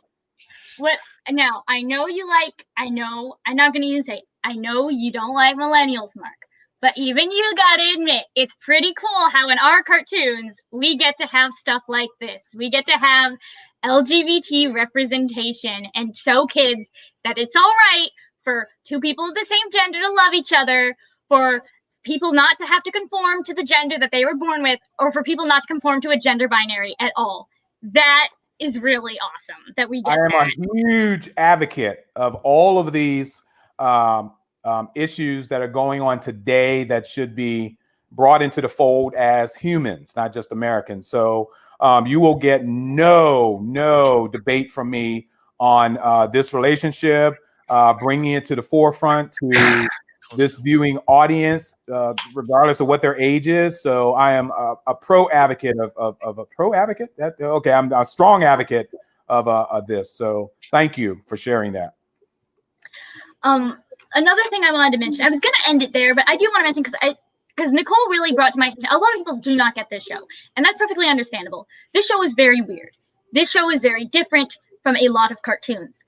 But I do want to say, if you have seen the show and you just don't get it from like 1 or 2 episodes, please, I implore you to watch the season 4 episode, I Remember You. Just watch that episode. It is one of the best metaphors for dealing with a family member with dementia I have ever seen, and it can show you that even though the show is silly, that it can handle very, very serious issues in a very serious manner.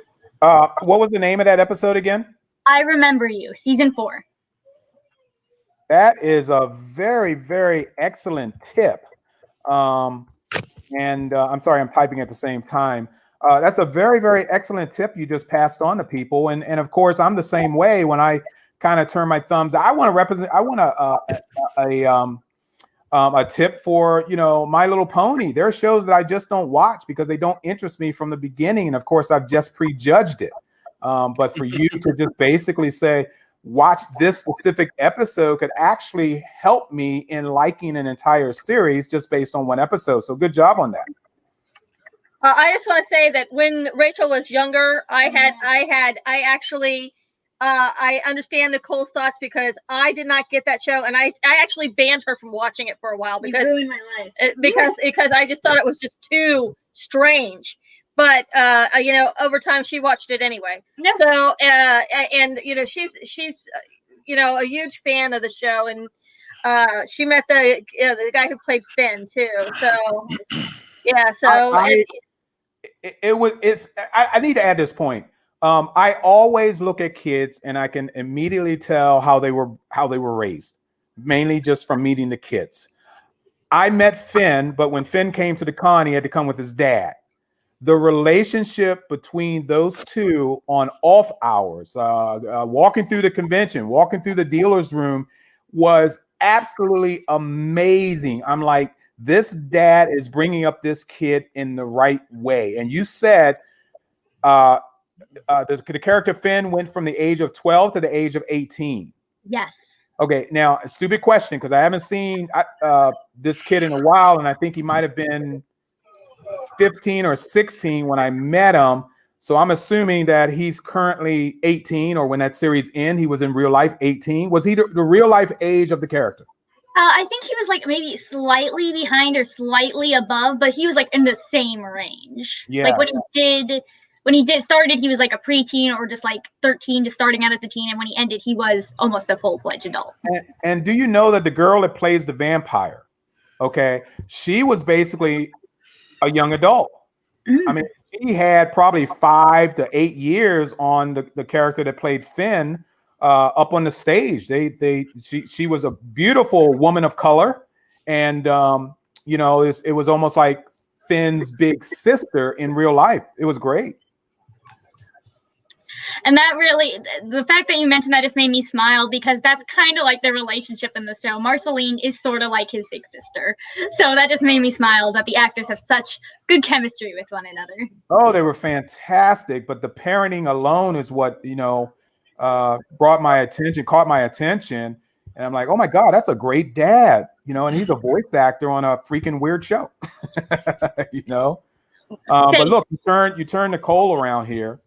So the episode I Remember Me, and what's the episode that displayed LGBTQ community the most? The most, look up Varmints from season 6, episode 2, I believe. If it's not episode 2, it's in season 6. It's really early on. Varmints is they don't explicitly say it because I don't think like back then it was still like, but they like heavily lean on that. Varmints. Cool. Really? And I think you wanted to say something about Steven Universe. Yes. Sage, I was going to bring up Steven Universe, but the way that show ended left a bitter taste in my mouth, so it's too soon for me to bring that up. Maybe She loved Steven Universe up till the end of it, and then the end ruined it for her. The end ruined it for me. How many seasons are we talking about, Rachel? Steven Universe had, including the final epilogue series, 6. Okay, so you were depressed after 6 years. Yes, because it's an ending for a show. If it ends really badly, it can kind of kill it for me, because I'm like, this is really how these characters are ending, like after everything. Because like when I go back and watch the episodes, I can't help but think this is where the road ends, and it doesn't end the way that. Well, I don't want to. That's kind of rude for me to say the way I wanted it to, but in a satisfying way for me, I think is a better way to put it. It doesn't satisfy.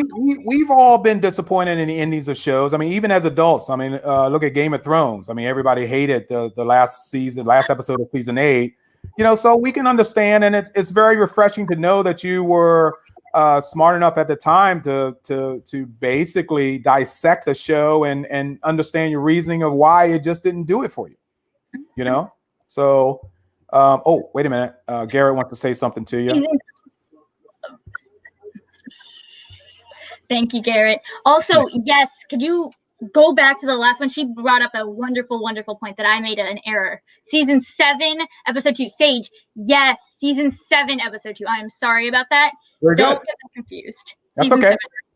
7, Yep. Everybody, that's how you learn. You have to make mistakes to learn. So without mistakes, you won't grow. So. Rachel is now forgiven for my partner. No, we will never forgive Rachel for that. Never, ever. Burned in my skull, in my brain for life. I got a few more years of life here, lady. I don't want to end it this way. My God, go out smacking my monkey butt. That's what I'm going to be doing, right? They're going to have to lay me down, face down in my casket, because I'm going to be spanking my butt. Wow, not good. Not good. Dad, did we scare Jerome away? No, he's got kids in the house, so I'm sure. Okay, good. Because I was like, did I do something? Or he just has a small bladder. I don't know which one it is. But, you know, either way. Okay, we're on to the next to the last, because you have something you want to show at the end. But yes, but it relates to the show. I don't know how I feel about this just from the photos that we're going to show. You're going to have to tell me a little bit. Okay to play the video? Actually, no, if you want to show some of the pictures first, I can give a little background. Okay. Let me go back up. I'm still learning this platform here, so bear with me as I find the photos. I'm just scrolling. Okay, here we go. This is Ruby, a show produced by Rooster Teeth Productions. It does not air on any network. Instead, it is released on their website. And the reason I chose to bring this one up last is for the sole fact that this is the new generation of Saturday morning cartoons. Technically, they ended in 2014, but technically Ruby is still being released on the Rooster Teeth website on Saturday mornings at 8 o'clock. So you can still, technically, it is a Saturday morning cartoon. This show is about 4 girls who go on adventures fighting monsters and are trying to defeat the great evil of the world. Well, a big evil in the world without... That's pretty much the generic premise. It was created by Monty Ohm, who sadly passed away before the 3rd season aired. It's still ongoing. It's on season 8. And in my personal opinion, after the creator died, this show went downhill fast. It used to be a nice show about girls kicking butt, fighting monsters, with great choreography in the action, but something just doesn't click with me nowadays. So I have 2 clips to show you for this show and a little bonus thing at the end, because I'll explain that a little bit before we get to it. But so that's basically Ruby. Girls who fight monsters and fight evil organizations to save the world. Okay, you mentioned, Rachel, that this is the future of Saturday morning cartoons. Yes. Why and how? Okay, because this Saturday morning cartoons technically stopped airing in 2014. This is being uploaded to streaming sites, sort of like The Mandalorian. It's uploaded at a certain date at a certain time. This is uploaded to the Rooster Teeth website on Saturday mornings at 8 o'clock. So technically, it is a Saturday morning cartoon that people can watch and enjoy in the morning. Very good. Good answer.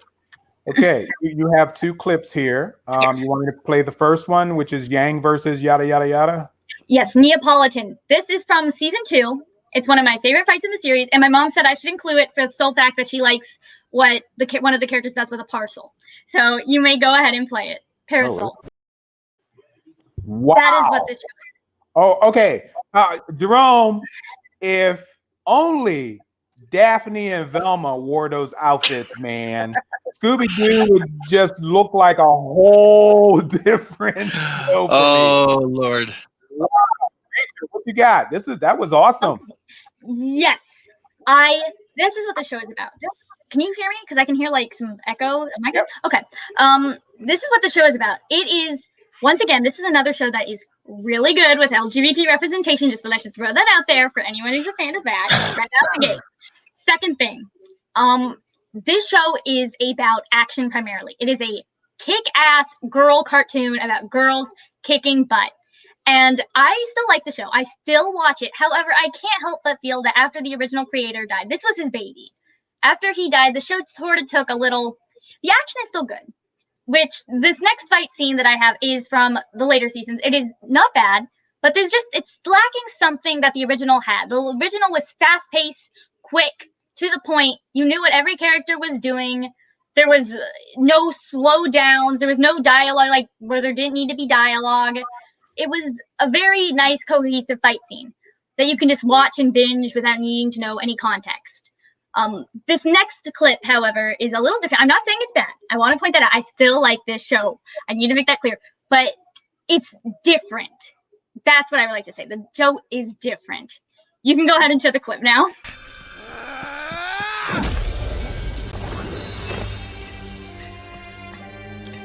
This crazy girl showed up and attacked me. But she looked like someone else. Neapolitan. You know her? We haven't exactly heard good things. Give up. We've got you outnumbered. All right, then.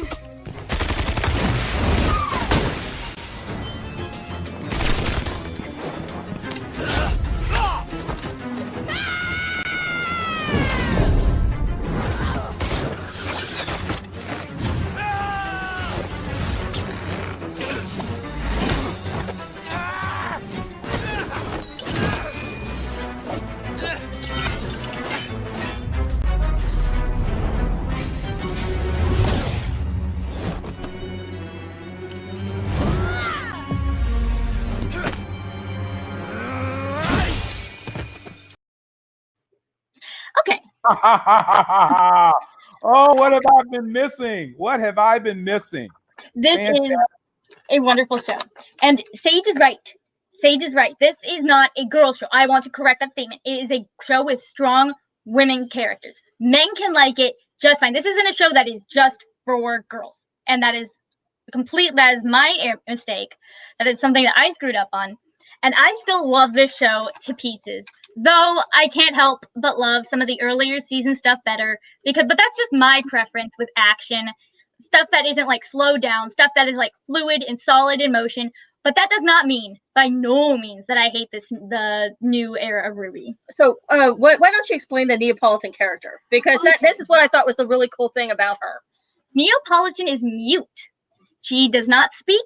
And they still managed to make her character very clear without that. And I find it really cool that not only are we getting LGBT representation, we're getting characters with disabilities and showing that they can kick ass just as much as regular characters. And I could also go back to Avatar and say the same thing about Toph Beifong, who's blind and is still a really cool character.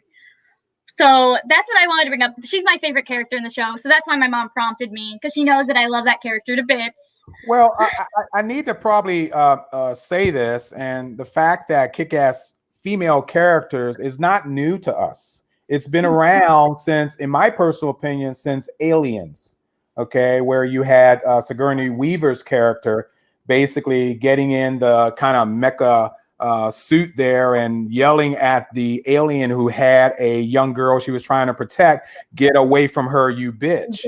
You know, so and that's when all of the press, all of the media finally woke up and said, wow, we can have strong leading women in movies and not being secondary chicks who are running away from the villain and tripping over a log that happens to be in the freaking middle of the road that they didn't see. So this is not an awakening of strong women. It is just an addition to a history of strong women in cinema right now. So, okay, I have another clip. As much as I do, I had to preface before 3,000 times that I still love the show. There is one aspect of this show that I feel is lacking, and that would be in the villain. Yes, Nicole Jovan, perfect too. Awesome characters. The majority of these characters are awesome. The villains, well, the main villain, has a little bit of a problem that I decided to make a compilation of because I just couldn't help but notice. I just couldn't help but notice a specific thing about the villain in the show. So if you want to play the little video that I made, you can go ahead, Mark.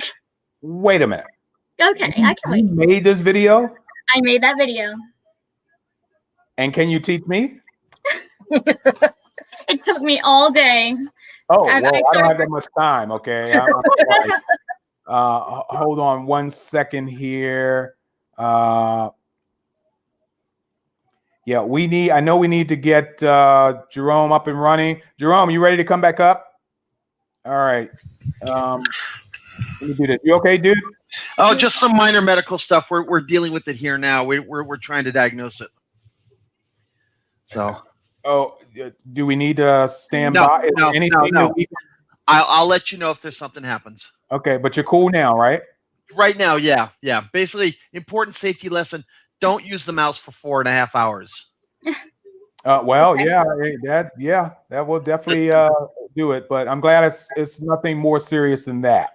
So far. Yeah, well, get the Bengay out. You got a wife, so Yeah, I have no one. I have to apply all this stuff myself. So boring. Yeah, I'm not going to go there. Here you go, babe. I want to be strong. A beautiful ring for a beautiful woman. I'm sorry. I want to be feared.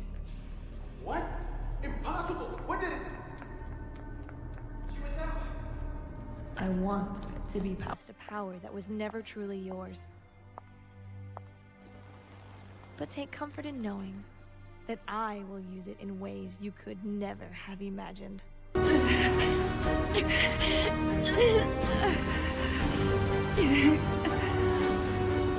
It's nothing personal, dear. You're just not worthy of such power. But I am. What is this? Where's the power? You turned yourself into a monster just for power. You Atlas elites are all the same! You think hoarding power means you'll have it forever, but it just makes the rest of us hungrier! Listen, Ruby, I love you. I love you. What do you got against power, Rachel? Basically, she's just like she's like this character. She's like all she does is. I don't even know why she wants power. She just talks about how she loves power and wants the power, and I don't understand why. Like this season has been setting up like maybe her backstory after 8 seasons. Please, I want to like this character. I want to like everything about the show, but your villain is kind of bad. All she does is talk about power. Well, isn't that like the He-Man? I have the power. I have the power. And she wants the power. She wants the power. Okay, so where can I find Ruby? Ruby is on the Rooster Teeth website for free. You can watch it for free on their website. It comes out weekly for free. Yes. Rooster Teeth. They said it's on the app now. Oh, it is. There's the Rooster Teeth app, but it's still on their website. There's the Rooster Teeth app, which is like a TV app, like Disney Plus or HBO, except you don't have to pay for it. And then there's the Rooster Teeth website, which you also don't. There's a subscription option to get episodes a week early, but they do release for free eventually. And how many episodes do I have to catch up with? There are 8 volumes currently, seasons. Whoa. They call volumes, and they're currently up to episode 5 of season 8. There are 8 volumes? Yes, 8 seasons, basically. And how many episodes are in a season? Around 13. Okay, not doing this. Never mind. Forget it. I'm going back to Scooby-Doo. Nope. There's shorter years with Scooby-Doo. I don't care. 8 volumes. Hey guys, is that everything, Rachel? Are you done? You got something else? Everything. Okay. Well, I want to go ahead and bring up Garrett up here on the screen right now. Yes, you're on camera now, buddy boy. And so that I can go ahead and congratulate Garrett, if you could help me with this. Congratulate Rachel on an absolutely phenomenal job. My God, I hate millennials, but you are making it bearable. You are actually turning. We need to replicate you, okay, and just have everyone that looks like you, and that would be the entire millennial population of the world, and I could deal. But this was an incredible presentation. I suspect you spent a lot of time putting this together. Now I just want to know, how many times did she watch the monkey butt show? Hey, look, I'm trying to get over that. Okay, don't burn this. I'm never sleeping tonight. I know that for a fact. But I just think you did an incredible job. I really appreciate it. Since the millennial is like a one generation kind of thing, I guess you'll have absolutely nothing else to talk about in future shows, right? Because that's it. You just dominated your entire generation with just all your cartoons in the generation. You just showed us. Yeah, every single cartoon.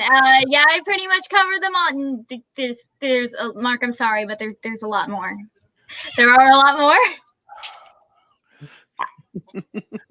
As long as there's no more monkey butts, I will allow you to show us more of what you're generating.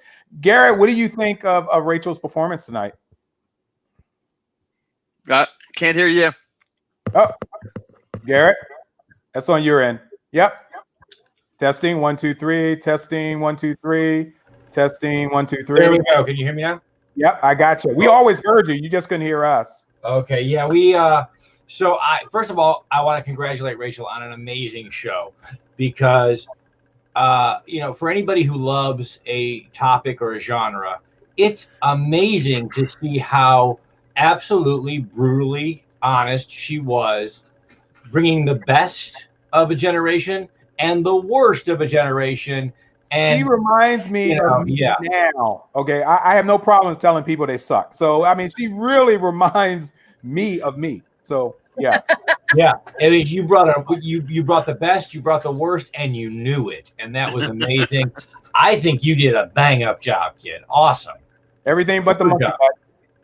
Yeah, well, that actually, I still have the plugs in my ears just in case it, any kind of flashback or shell shock I might feel from that. You're dripping, Garrett. You're dripping glue. It's right, you see a little, right there.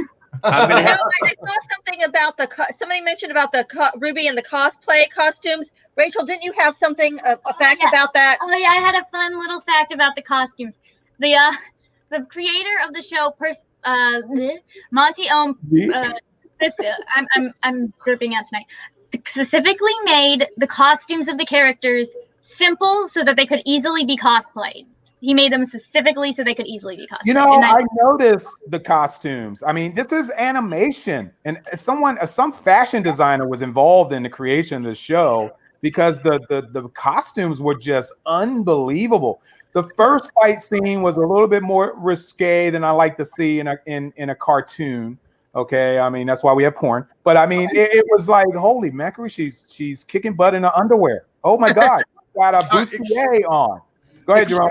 Explain to me how all these women are fighting in 3 to 4 inch stiletto heels. I never understood that. I don't understand that. Yeah. Okay. The show brings that up too. 1, they're combat skirts, not underwear, Mark. And 2, they're combat boots, not heels, Jerome. So that's how the show justifies that. I just want to say I spent a good deal of my early life wearing combat boots, and I could not wear those combat boots. And no, that would not. But Garrett, you don't have the legs for it either. I don't. I really. My calves are not built. I do. I do. I saw Mark's legs on his Facebook feed the other day. Now he probably could pull off those combat boots.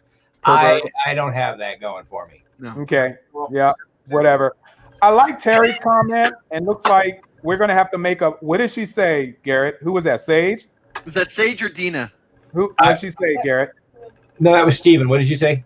I said he could probably fall off the skirt too. Yes, it was on his Facebook page. Steven wanted you to know that he thinks you might be able to pull off the skirt as well, Mark. You know, before my time of being a homicidal maniac, thankfully I recovered.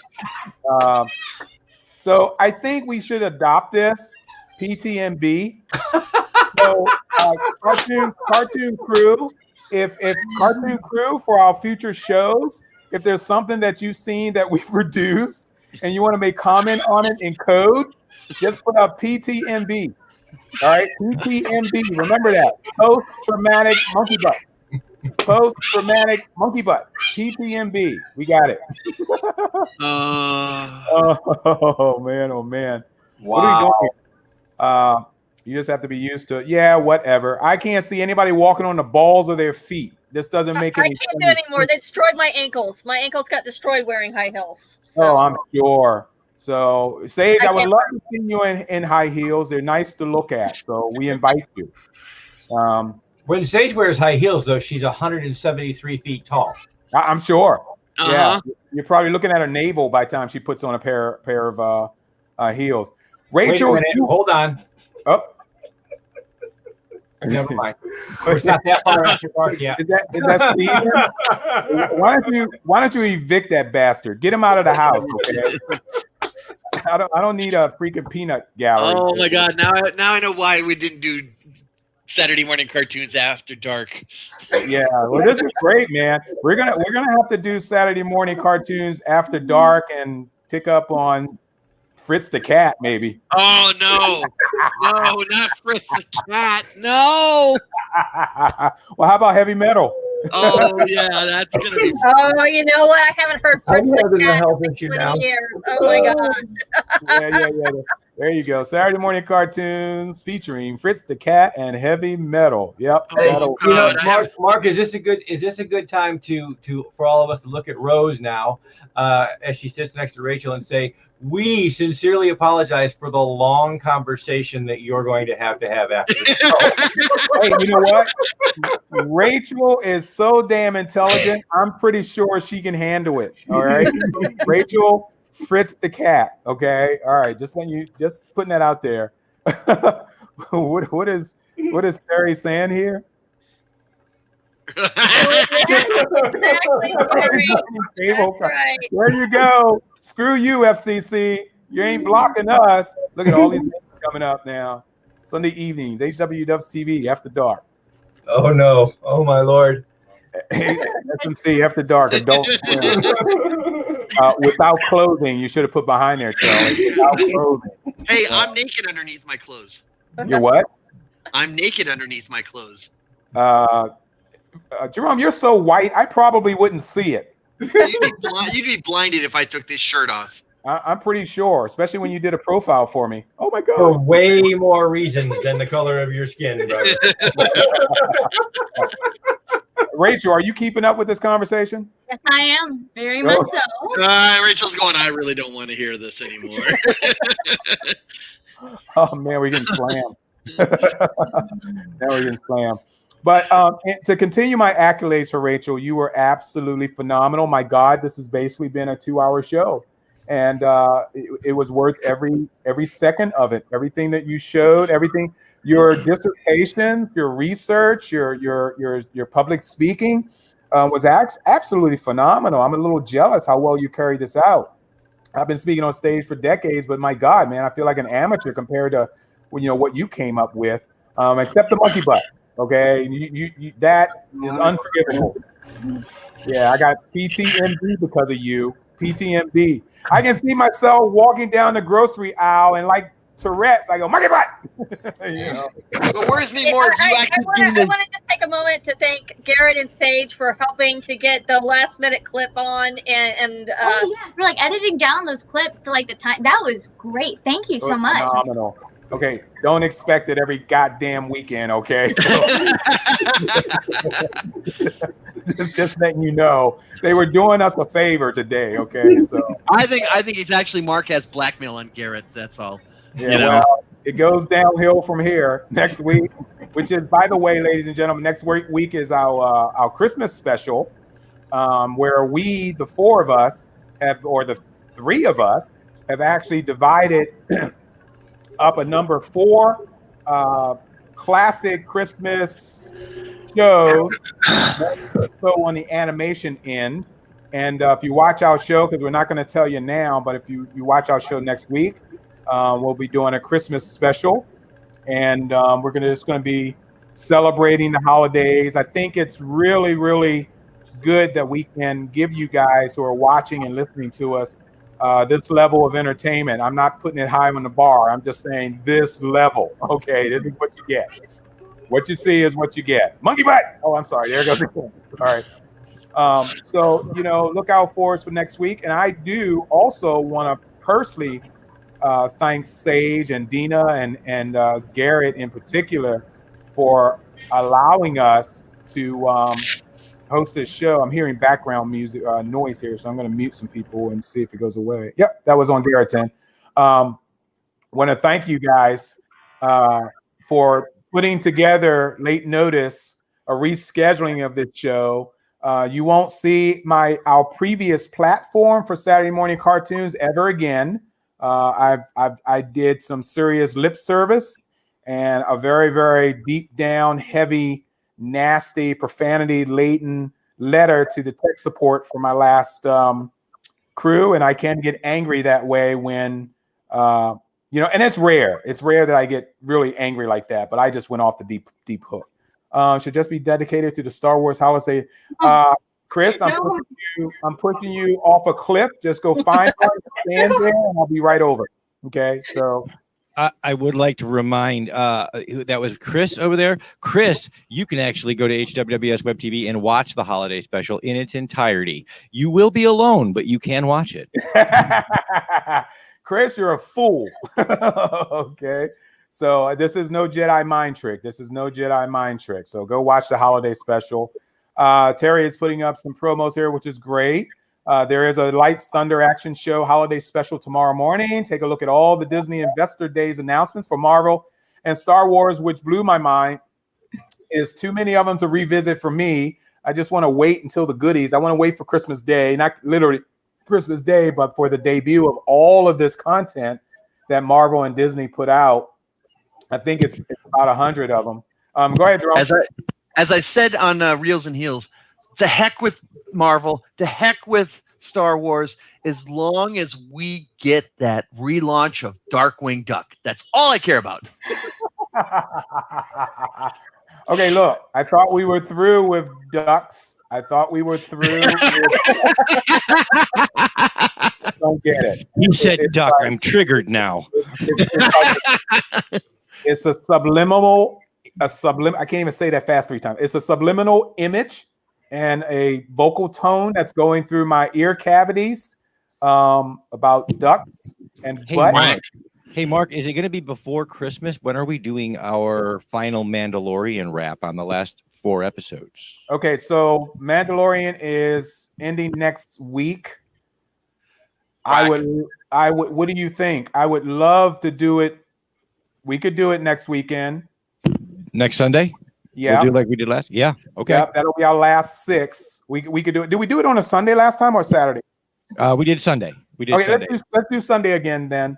Let's do that's Sunday great. So guys, again. make sure you come back to the channel for we're going to wrap up the last 4 episodes of Mandalorian and talk about all the holy crap that happened between the time we did the last one and now. You know what? I hadn't taken the opportunity of asking Jerome if he has seen last night's episode. Yeah. Okay. For you, scale of 1 to 10. Never mind. Okay. So anyway, I gave it an 8. You saw it? I saw it. Yeah, I'm with her 8. 8. Yeah. 8. And I know Mark gave it an 8 too, I think. Yeah, I gave it an 8, which means next week's got to knock my socks off. It doesn't have to. It's been doing it. Well, I give it an 8 simply because of a speech that was given in the mess hall when he was sitting there talking. Oh, yes, that speech with what's his name, Marco or whatever. That whole conversation is what moved it up to an 8.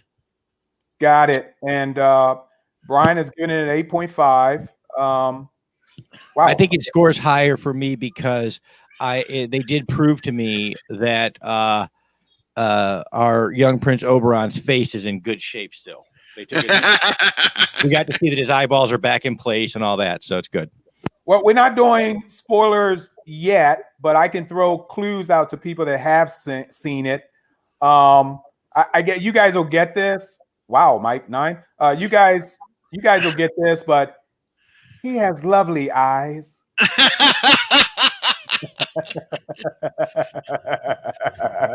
I need not say anything else. Anything more than that. Rose, you've seen it, of course. You said you've given it an 8 as well. Yep. Rachel, are you into The Mandalorian? I love The Mandalorian. Yes, yeah. I have not seen the most recent episode, so don't.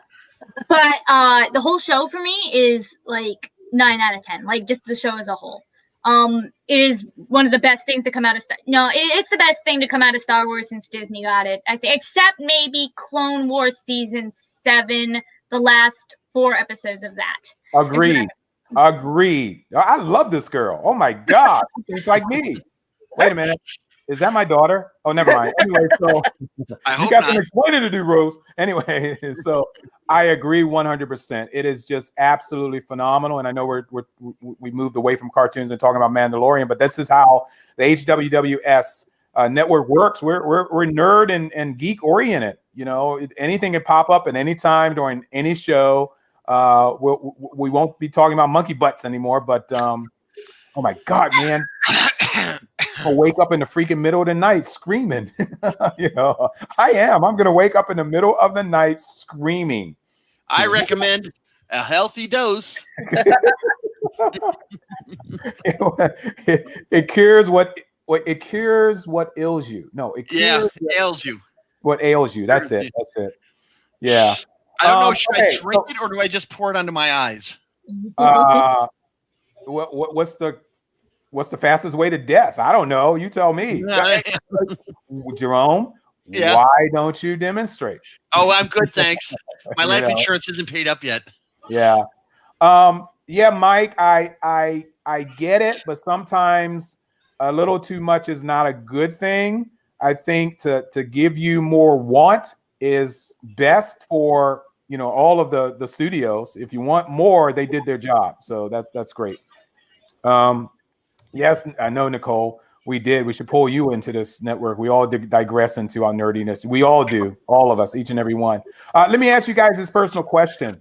I am in the process, and I may do it when I get off of this show tonight, of getting HBO Max.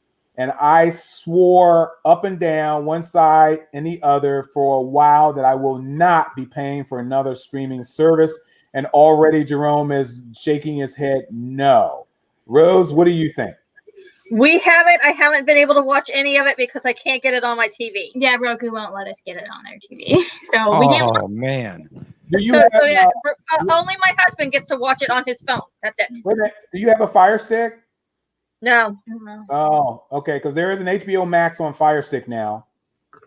I just hooked my laptop up to my TV. So well, Rose, maybe you ought to go on Amazon and order an Amazon Fire Stick. I'm gonna have to do something because there was a couple of there was a documentary I wanted to watch, and I wanted to watch that new Max series with the girl from Big Bang Theory. So yeah, I heard great things about that shit. I want to see it. So I gotta figure out how I'm gonna get to watch those. I heard great things about that, but Amazon, just get the Fire Stick and you'll be able to download the HBO app on that, and you're done. Okay. Mike Gigliotti was telling us that if he has HBO and he can get HBO Max. Just an FYI for those who have that, if you have HBO through your cable provider or Hulu, because they're considered a cable provider, then you have access to HBO Max. If you have HBO as an add-on service to something like Amazon or whatever, that does not include Max. It only includes HBO. So that is correct. I'm glad you mentioned that, because most people have already, like myself, dumped cable. So it doesn't matter if you have HBO. We don't have HBO. That's right. I have, however, Mark, I don't know if you have Hulu or not. I have Hulu. And you may add it on to as a premium add-on to Hulu, just like you would for cable. and that will give you both HBO and Max. Right. It's just the fact of I dumped cable mainly because of how much I was paying for cable. Now I'm creeping up right back to the price that I was paying for cable. I'm like, oh my God, man. But yeah. Jerome, why won't you, or why don't you think I should get HBO Max? I'd just like to hear your opinion on it. Well, first off, I don't think there's enough good quality content there from what I've been hearing. A lot of people are complaining about the quality of the new content. And I'm not talking like the replays of Big Bang Theory or other shows. From what I'm understanding, there has been some real behind the scenes shenanigans with the filmmakers of some of the films that are going to HBO Max. Yeah, they're furious. They're furious. Yeah. Oh, they're furious. And I support that aspect of that because, these people are making a living at this. And a number of them just got the rug jerked out from under them. Well, also, prime example of when they refused to show a Peanuts Christmas and a Peanuts Thanksgiving, and they were going to hold it all within their fold. And I'm talking about HBO, but that was the other whatever. That was Apple TV. And that is a pure sign of greed when you're just allocating a certain population that want to watch Peanuts, and we can't unless we subscribe to your service. Right. That's not the American way. I'm sorry. Right. The other problem I'm having, like I said, there's nothing on HBO Max that's attracting me. Nothing that says go do this, get it. I know they've got the Justice League stuff, Wonder Woman. They've got the Snyder Cut. Right.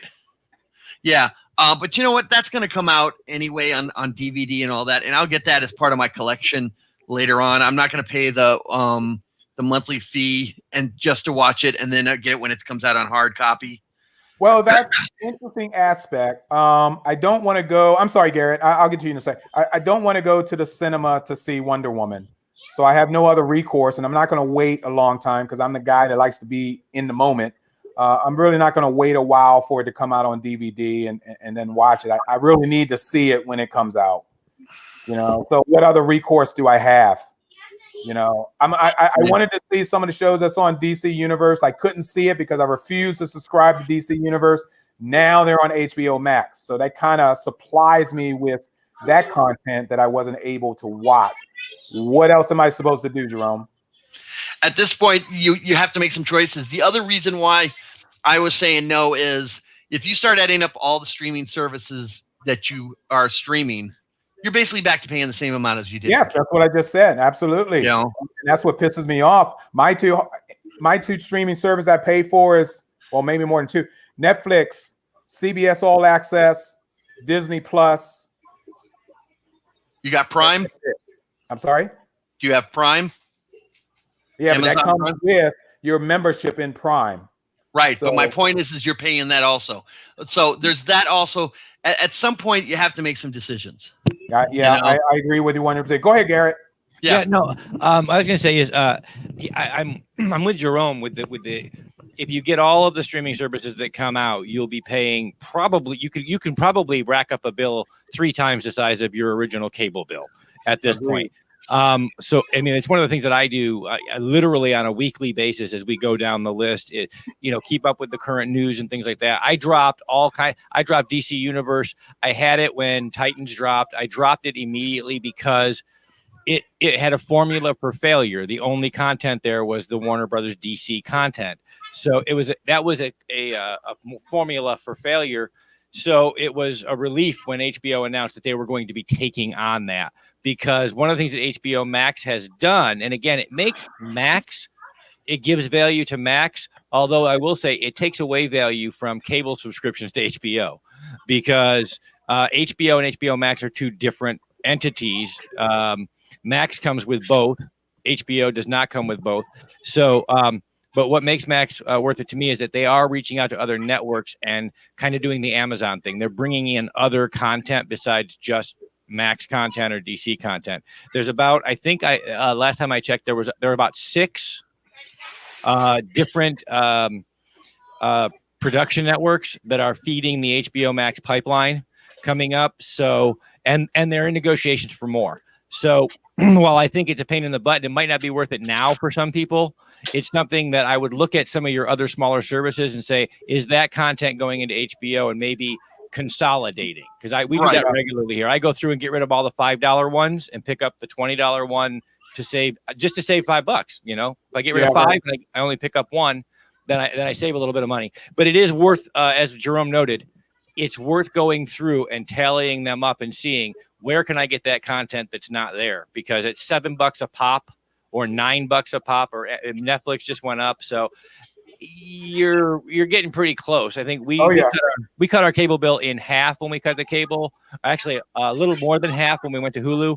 We are up to we're at half now with the services we picked up, you know, additionally. So it's really everybody's got to weigh that for themselves and find out how bad do you want DC content, original content, because I don't know how much. And I'm also hoping, because I agree 100% with your analogy, I'm also hoping that a lot of these new upkeeps will fail just so they can put the stuff back on regular TV. Peacock is a prime example. I don't see a lot of hope for Peacock.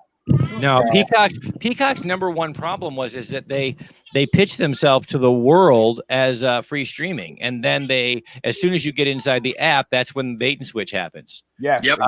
Exactly. And I'm like, so you know what? That for me, again, like you, that's a formula for failure. You're pitching it to the world for free, but there are about 4 things I can watch for free. Everything else is a bait and switch. Well, and yeah, we have to stick to our guns, because I wasn't interested in paying additional $30 to see Mulan on Disney Plus. Okay, now that fee is gone, and I think I can watch it for free now. I haven't watched it, but I think I could watch it for free now. And I think that some of these cable, or rather these streaming services, have to realize that if you're going to take my peanuts, if you're going to take things that we can see, because you HBO Max, a lot of content that's already been shown. Not probably enough new material, but I rely on Netflix for that. I'm into The Crown right now. I finished The Queen's Gambit, which I absolutely adored. And it's like, okay, if I'm giving you this monthly fee, I will stay with you because you're giving me fantastic content. Yeah, and I would go one step further, and I know Mark, you're probably with me on this. I will send this message out from all of us here to all of you over at HBO Max. You have me until you pull a Disney. If you think I will pay you more to see Wonder Woman, you're wrong. Correct. I will pay for the privilege of seeing these movies simulcast when they premiere, like Wonder Woman on the 25th, or next year they're going to drop a lot of their other theatrical content on there. A lot. But I will not pay more for the privilege. This is not a pay-per-view event. As a matter of fact, pay-per-view events were so unpopular that you got rid of them. So don't reinstate them. Yeah. And it's interesting to see with Disney Plus and their announcement, what you guys are going to do. Lights,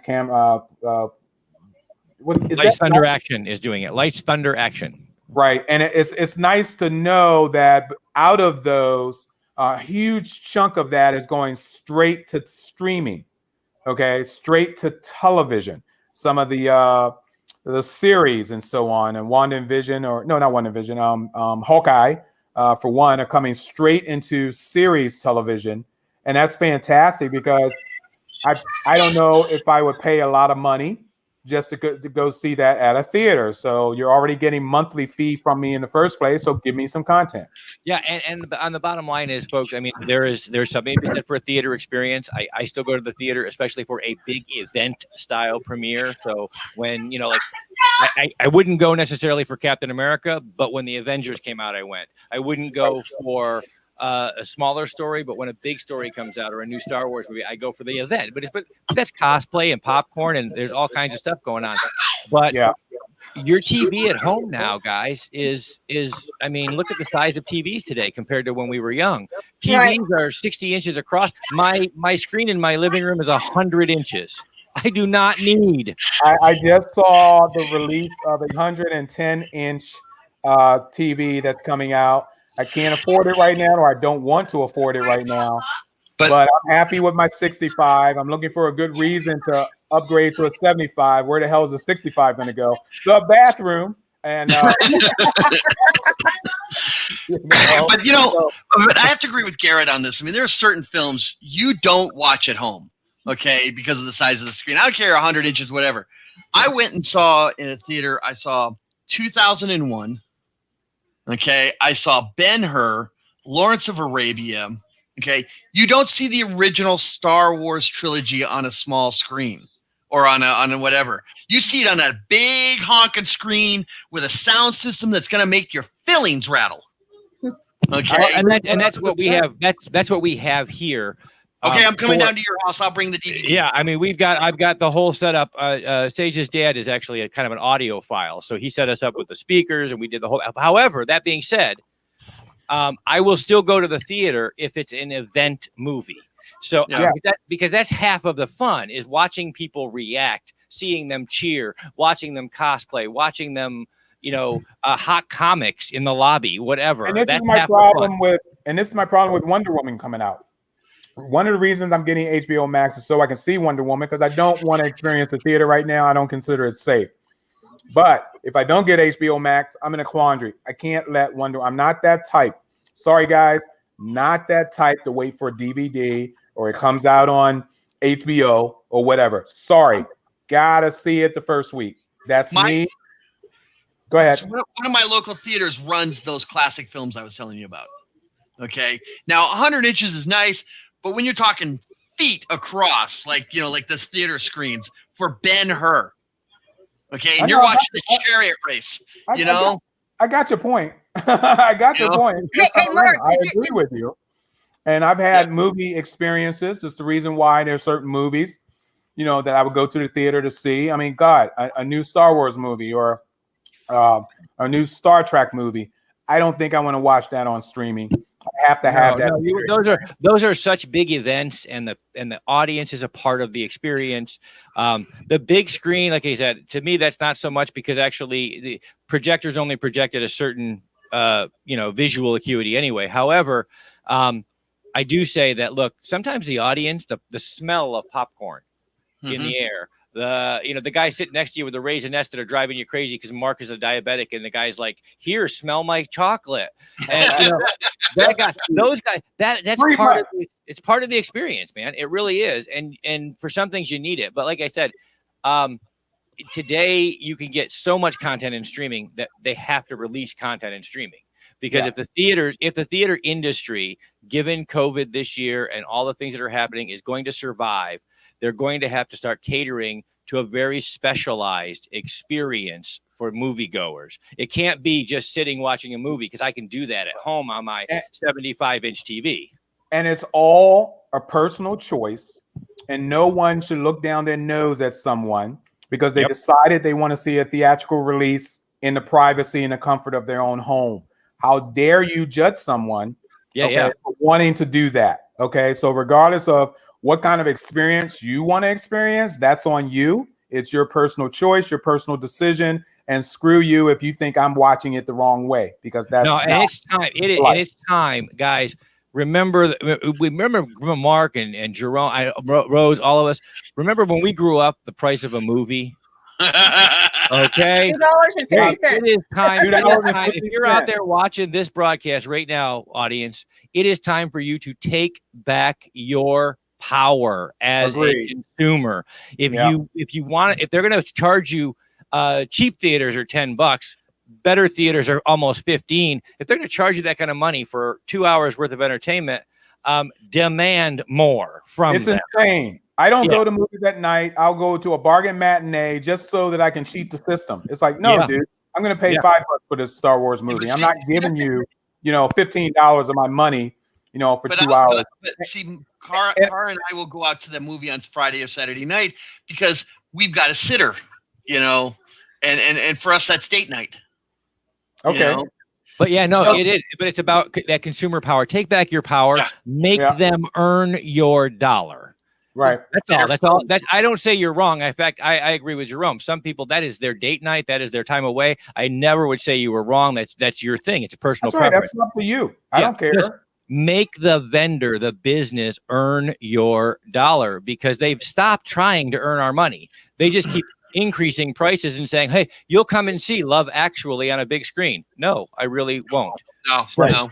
Earn it. And that's why I started asking people if I should go ahead and purchase HBO Max. And it's like, you know what? If this is the only way that I'm going to get to see Wonder Woman in a safe environment, I will get it. And in fact, I may just get it for that month, just for that movie. Cancel, then decide if I want to buy it again down the road.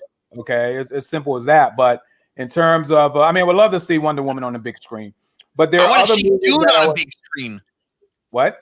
I want to see yes. I can't wait for Dune. Repeat what you said, Jerome. I didn't hear you. I said I want to see Dune on a big screen. Sure. You want to see Dune on the big screen? There's a lot of movies out there. Thank you for asking that question, Brian. You're right. Let's go for the smart person in the room. Rachel, how about you? You're this generation. What do you think? I completely understand what you mean by taking back the experience. I never grew up in a time where movies were $2. For me, they've always been $10 movies, but still, I always felt like we've never gone that much because of how much they are. Because we are a 4-person family, that adds up. That was like $40 for a movie, and that's kind of ridiculous, in my opinion, nowadays. However, I do think that when it comes to subscriptions, I definitely agree that they should not be doing the Mulan thing. No exclusive. I'm paying for your streaming service. Give me the content that you said you were going to give me. Okay, but let me ask you, Rachel, here, if I can interrupt. I'm asking you specifically about your experience, the comparison between watching this at home or watching it in a theater. I understand the financial issue on that, and I totally agree with you. With a family, it's just not. Oh wow, look at everybody there. Oh, he's scared. Yeah, Steven, you little punk. Okay. Anyway, so Rachel, your experience. What would you? Are you willing to sacrifice a movie going experience for the financial portion of it? I hate to sound like I'm mimicking everything you say, but it honestly does depend on the movie. If it's Star Wars or something like huge monument, I want to see that in theaters, 100%. But if it's something, if Ruby came out in the theaters, I'll see that at home. Yeah, something littler like that, I'd be perfectly fine watching that just at home. I don't have to go to the theater to see that. Oh my God! We went to the Avengers. Yep. Guys, look what Nicole said. I can't even imagine that. I'm $5.50, the most $6 going to a movie for any big budget movie. That's as much as I'm willing. Because of that, we stopped going to Regal because of that. Because it was costing us $90, not including popcorn, to go to the theater. Yeah, I'm like, and Nicole's right. Garrett's right. We're being raped, and I understand how important a concession stand is, and they don't make the money off of the showing of the film. They make the money off of the sale of the popcorn, and that's why theaters charge so much for their snacks, is because they're in survival mode too every time a movie comes, and it's not every week they get a good movie where they're going to have a kick butt crowd. I see, what's that, brother Pomacher, Steven? How you doing, man? Doing good. How are you, Mark? Good. You got a mic in your hand. What do you want to say? Oh, monkey butt. Sorry. You got a mic in your hand. He's got a monkey butt in his hand? What do you want to say? Oh, nothing. I was just agreeing with all of you. Oh, okay, good. That's the safe thing to say. I do agree that, like you said, like a theater doesn't really make all of their money off of the movie. They also do it on the concession end. But having just like a ticket being $10 or $15 is ridiculous. If they're also going to charge you for your concessions, if that $15 included a bag of popcorn to go with it, cool, because I'm paying for extra things. That would be one thing. But seeing as I'm just going to pay for the movie and then have to spend another $5 to $6 on a thing of popcorn or a drink, it's extreme. Yeah. I'm the same with Nicole. Nicole, I'm with AMC Movie Watchers, and I've gotten so much free stuff just from being a member of that. Granted, it's $12 a year, but it was the best $12 I spent on, because after you go see maybe 3 to 5 movies, you got a free large bucket of popcorn for the next movie you go to. So I love accruing the points and things of that nature. That's all well and fine, but I'm afraid that scenario is going by the wayside, especially when COVID's over. All of these theaters, if they're still in existence, is going to have to play catch up. Okay, because they have no money. They've been paying people, have been, basically furloughed. So it's really hard. The streaming services know that they can prey on us right now. They know that we're desperate. Okay, what's so funny, Jerome? Look at Steve's name. Steve, I'm like, oh my God. I think you're right. But what's interesting is you're going to see the chains break up. they're going to go back to being regional, and you're going to see the small art houses come back again. Yeah, that we've talked about. You're going to see a lot of independent theaters, and that's a good thing because it's going to breed competition and everything else. And you're going to see some quality adult films, not just explosions. Monkey butt. And no monkey butt. No, it's even Hollywood's going to change. Okay, they're not raking in the cash that they used to anymore. Right. So here's my question then, and Mark, you especially, you and Garrett's crew will especially Lance's. When you watch like Disney, with the exception of Mandalorian, which they sank a big chunk of change into that. Yeah. The rest of their so-called new content that I've been watching on there, it looks like something off of the Disney Channel. I mean, they did a movie. What was it? The Secret Society of the Second Born Royals. Oh, okay.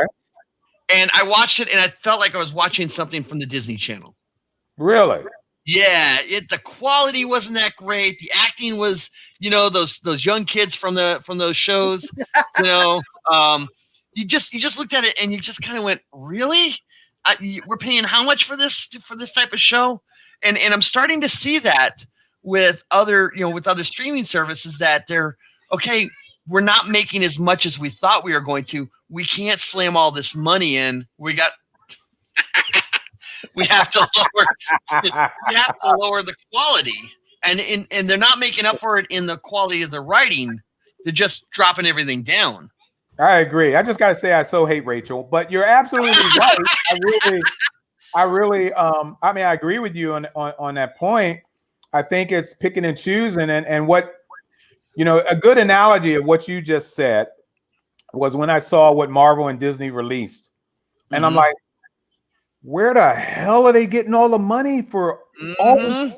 My God, it's like 100 announcements that they made, and it's like, really? Something's going to suffer. The quality. I'm an investor. I'm an investor. I own stock in Disney. Well, I need to buy some stock because they can only go up. I don't really see how they can go. But that's my question. They did a great job with the Disney Plus. On Disney Plus, the catalog of movies I hadn't seen in generations and didn't buy DVD. My God, I watched the classic Swiss Family Robinson. Swiss Family. Yeah, I said it right. Robinson.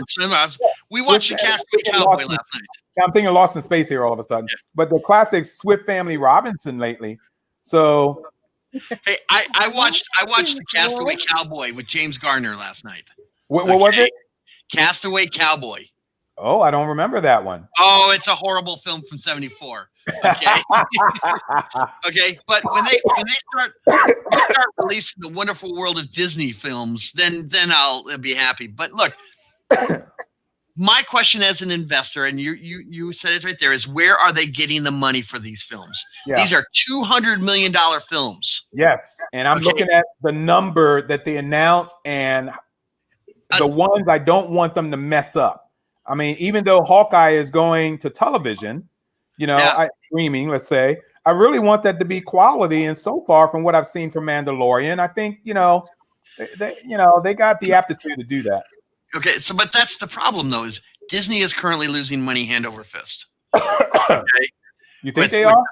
Well, the parks are pretty much empty. Oh yeah. And that's where they've sunk a huge amount of money. Universal's got the same problem. Okay.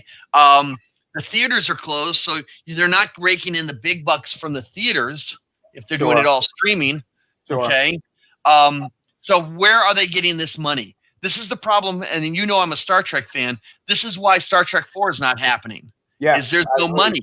Right, no money. Absolutely. Okay. So I mean, the recovery time. Oh, for God's sakes! Oh, did it. All right, ladies and gentlemen.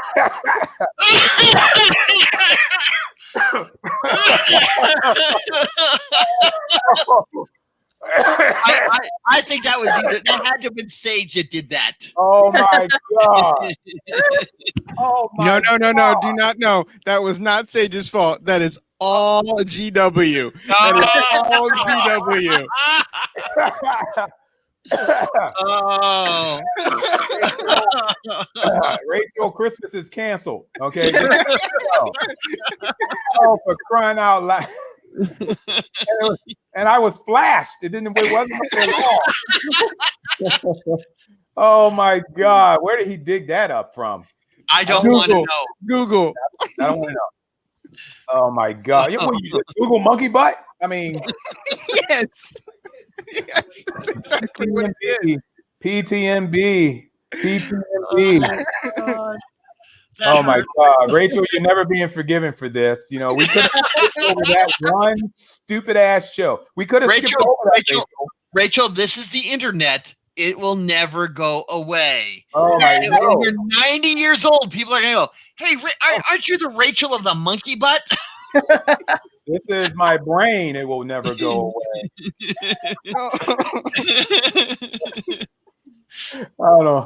I don't know what to say. I guess mainly just to end the damn show before something else pops up.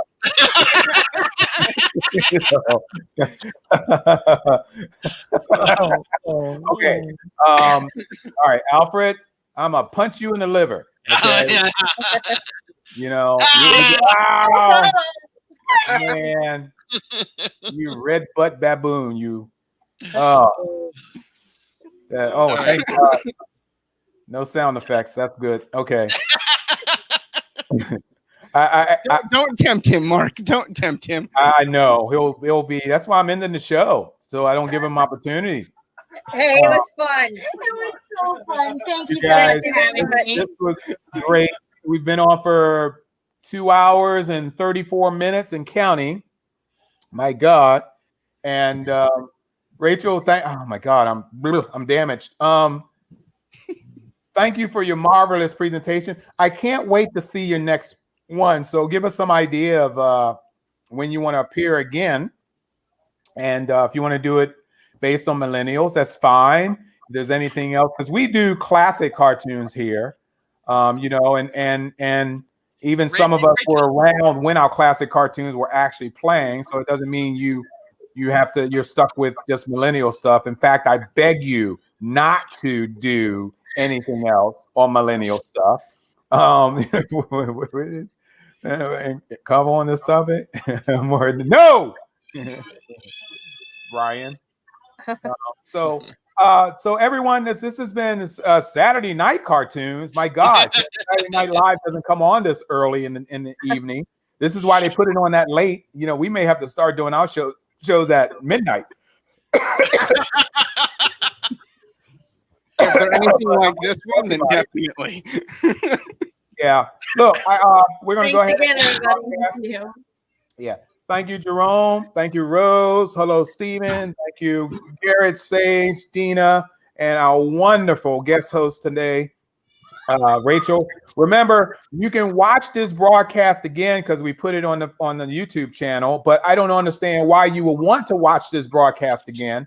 But in fact, if you really get bored silly or you're just pissy drunk, I mean, please, by all means, watch this broadcast again. Okay, so what is this? As a rep for the greatest generation. Oh my God, you're disillusioned. Rachel, great job. Love the show. Yes, she did. Yeah, right. I'm the greatest. Kiss my monkey ass. But anyway, so that. I'm so sorry.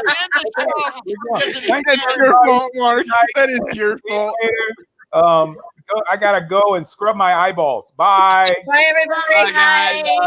Take care. This has been Saturday evening cartoons, a version of Saturday morning cartoons. Join us again next week as we'll have our Christmas special. Thank you, everybody, for joining us this evening. You're fantastic. The rest of you guys suck. All right. See you later. Bye-bye.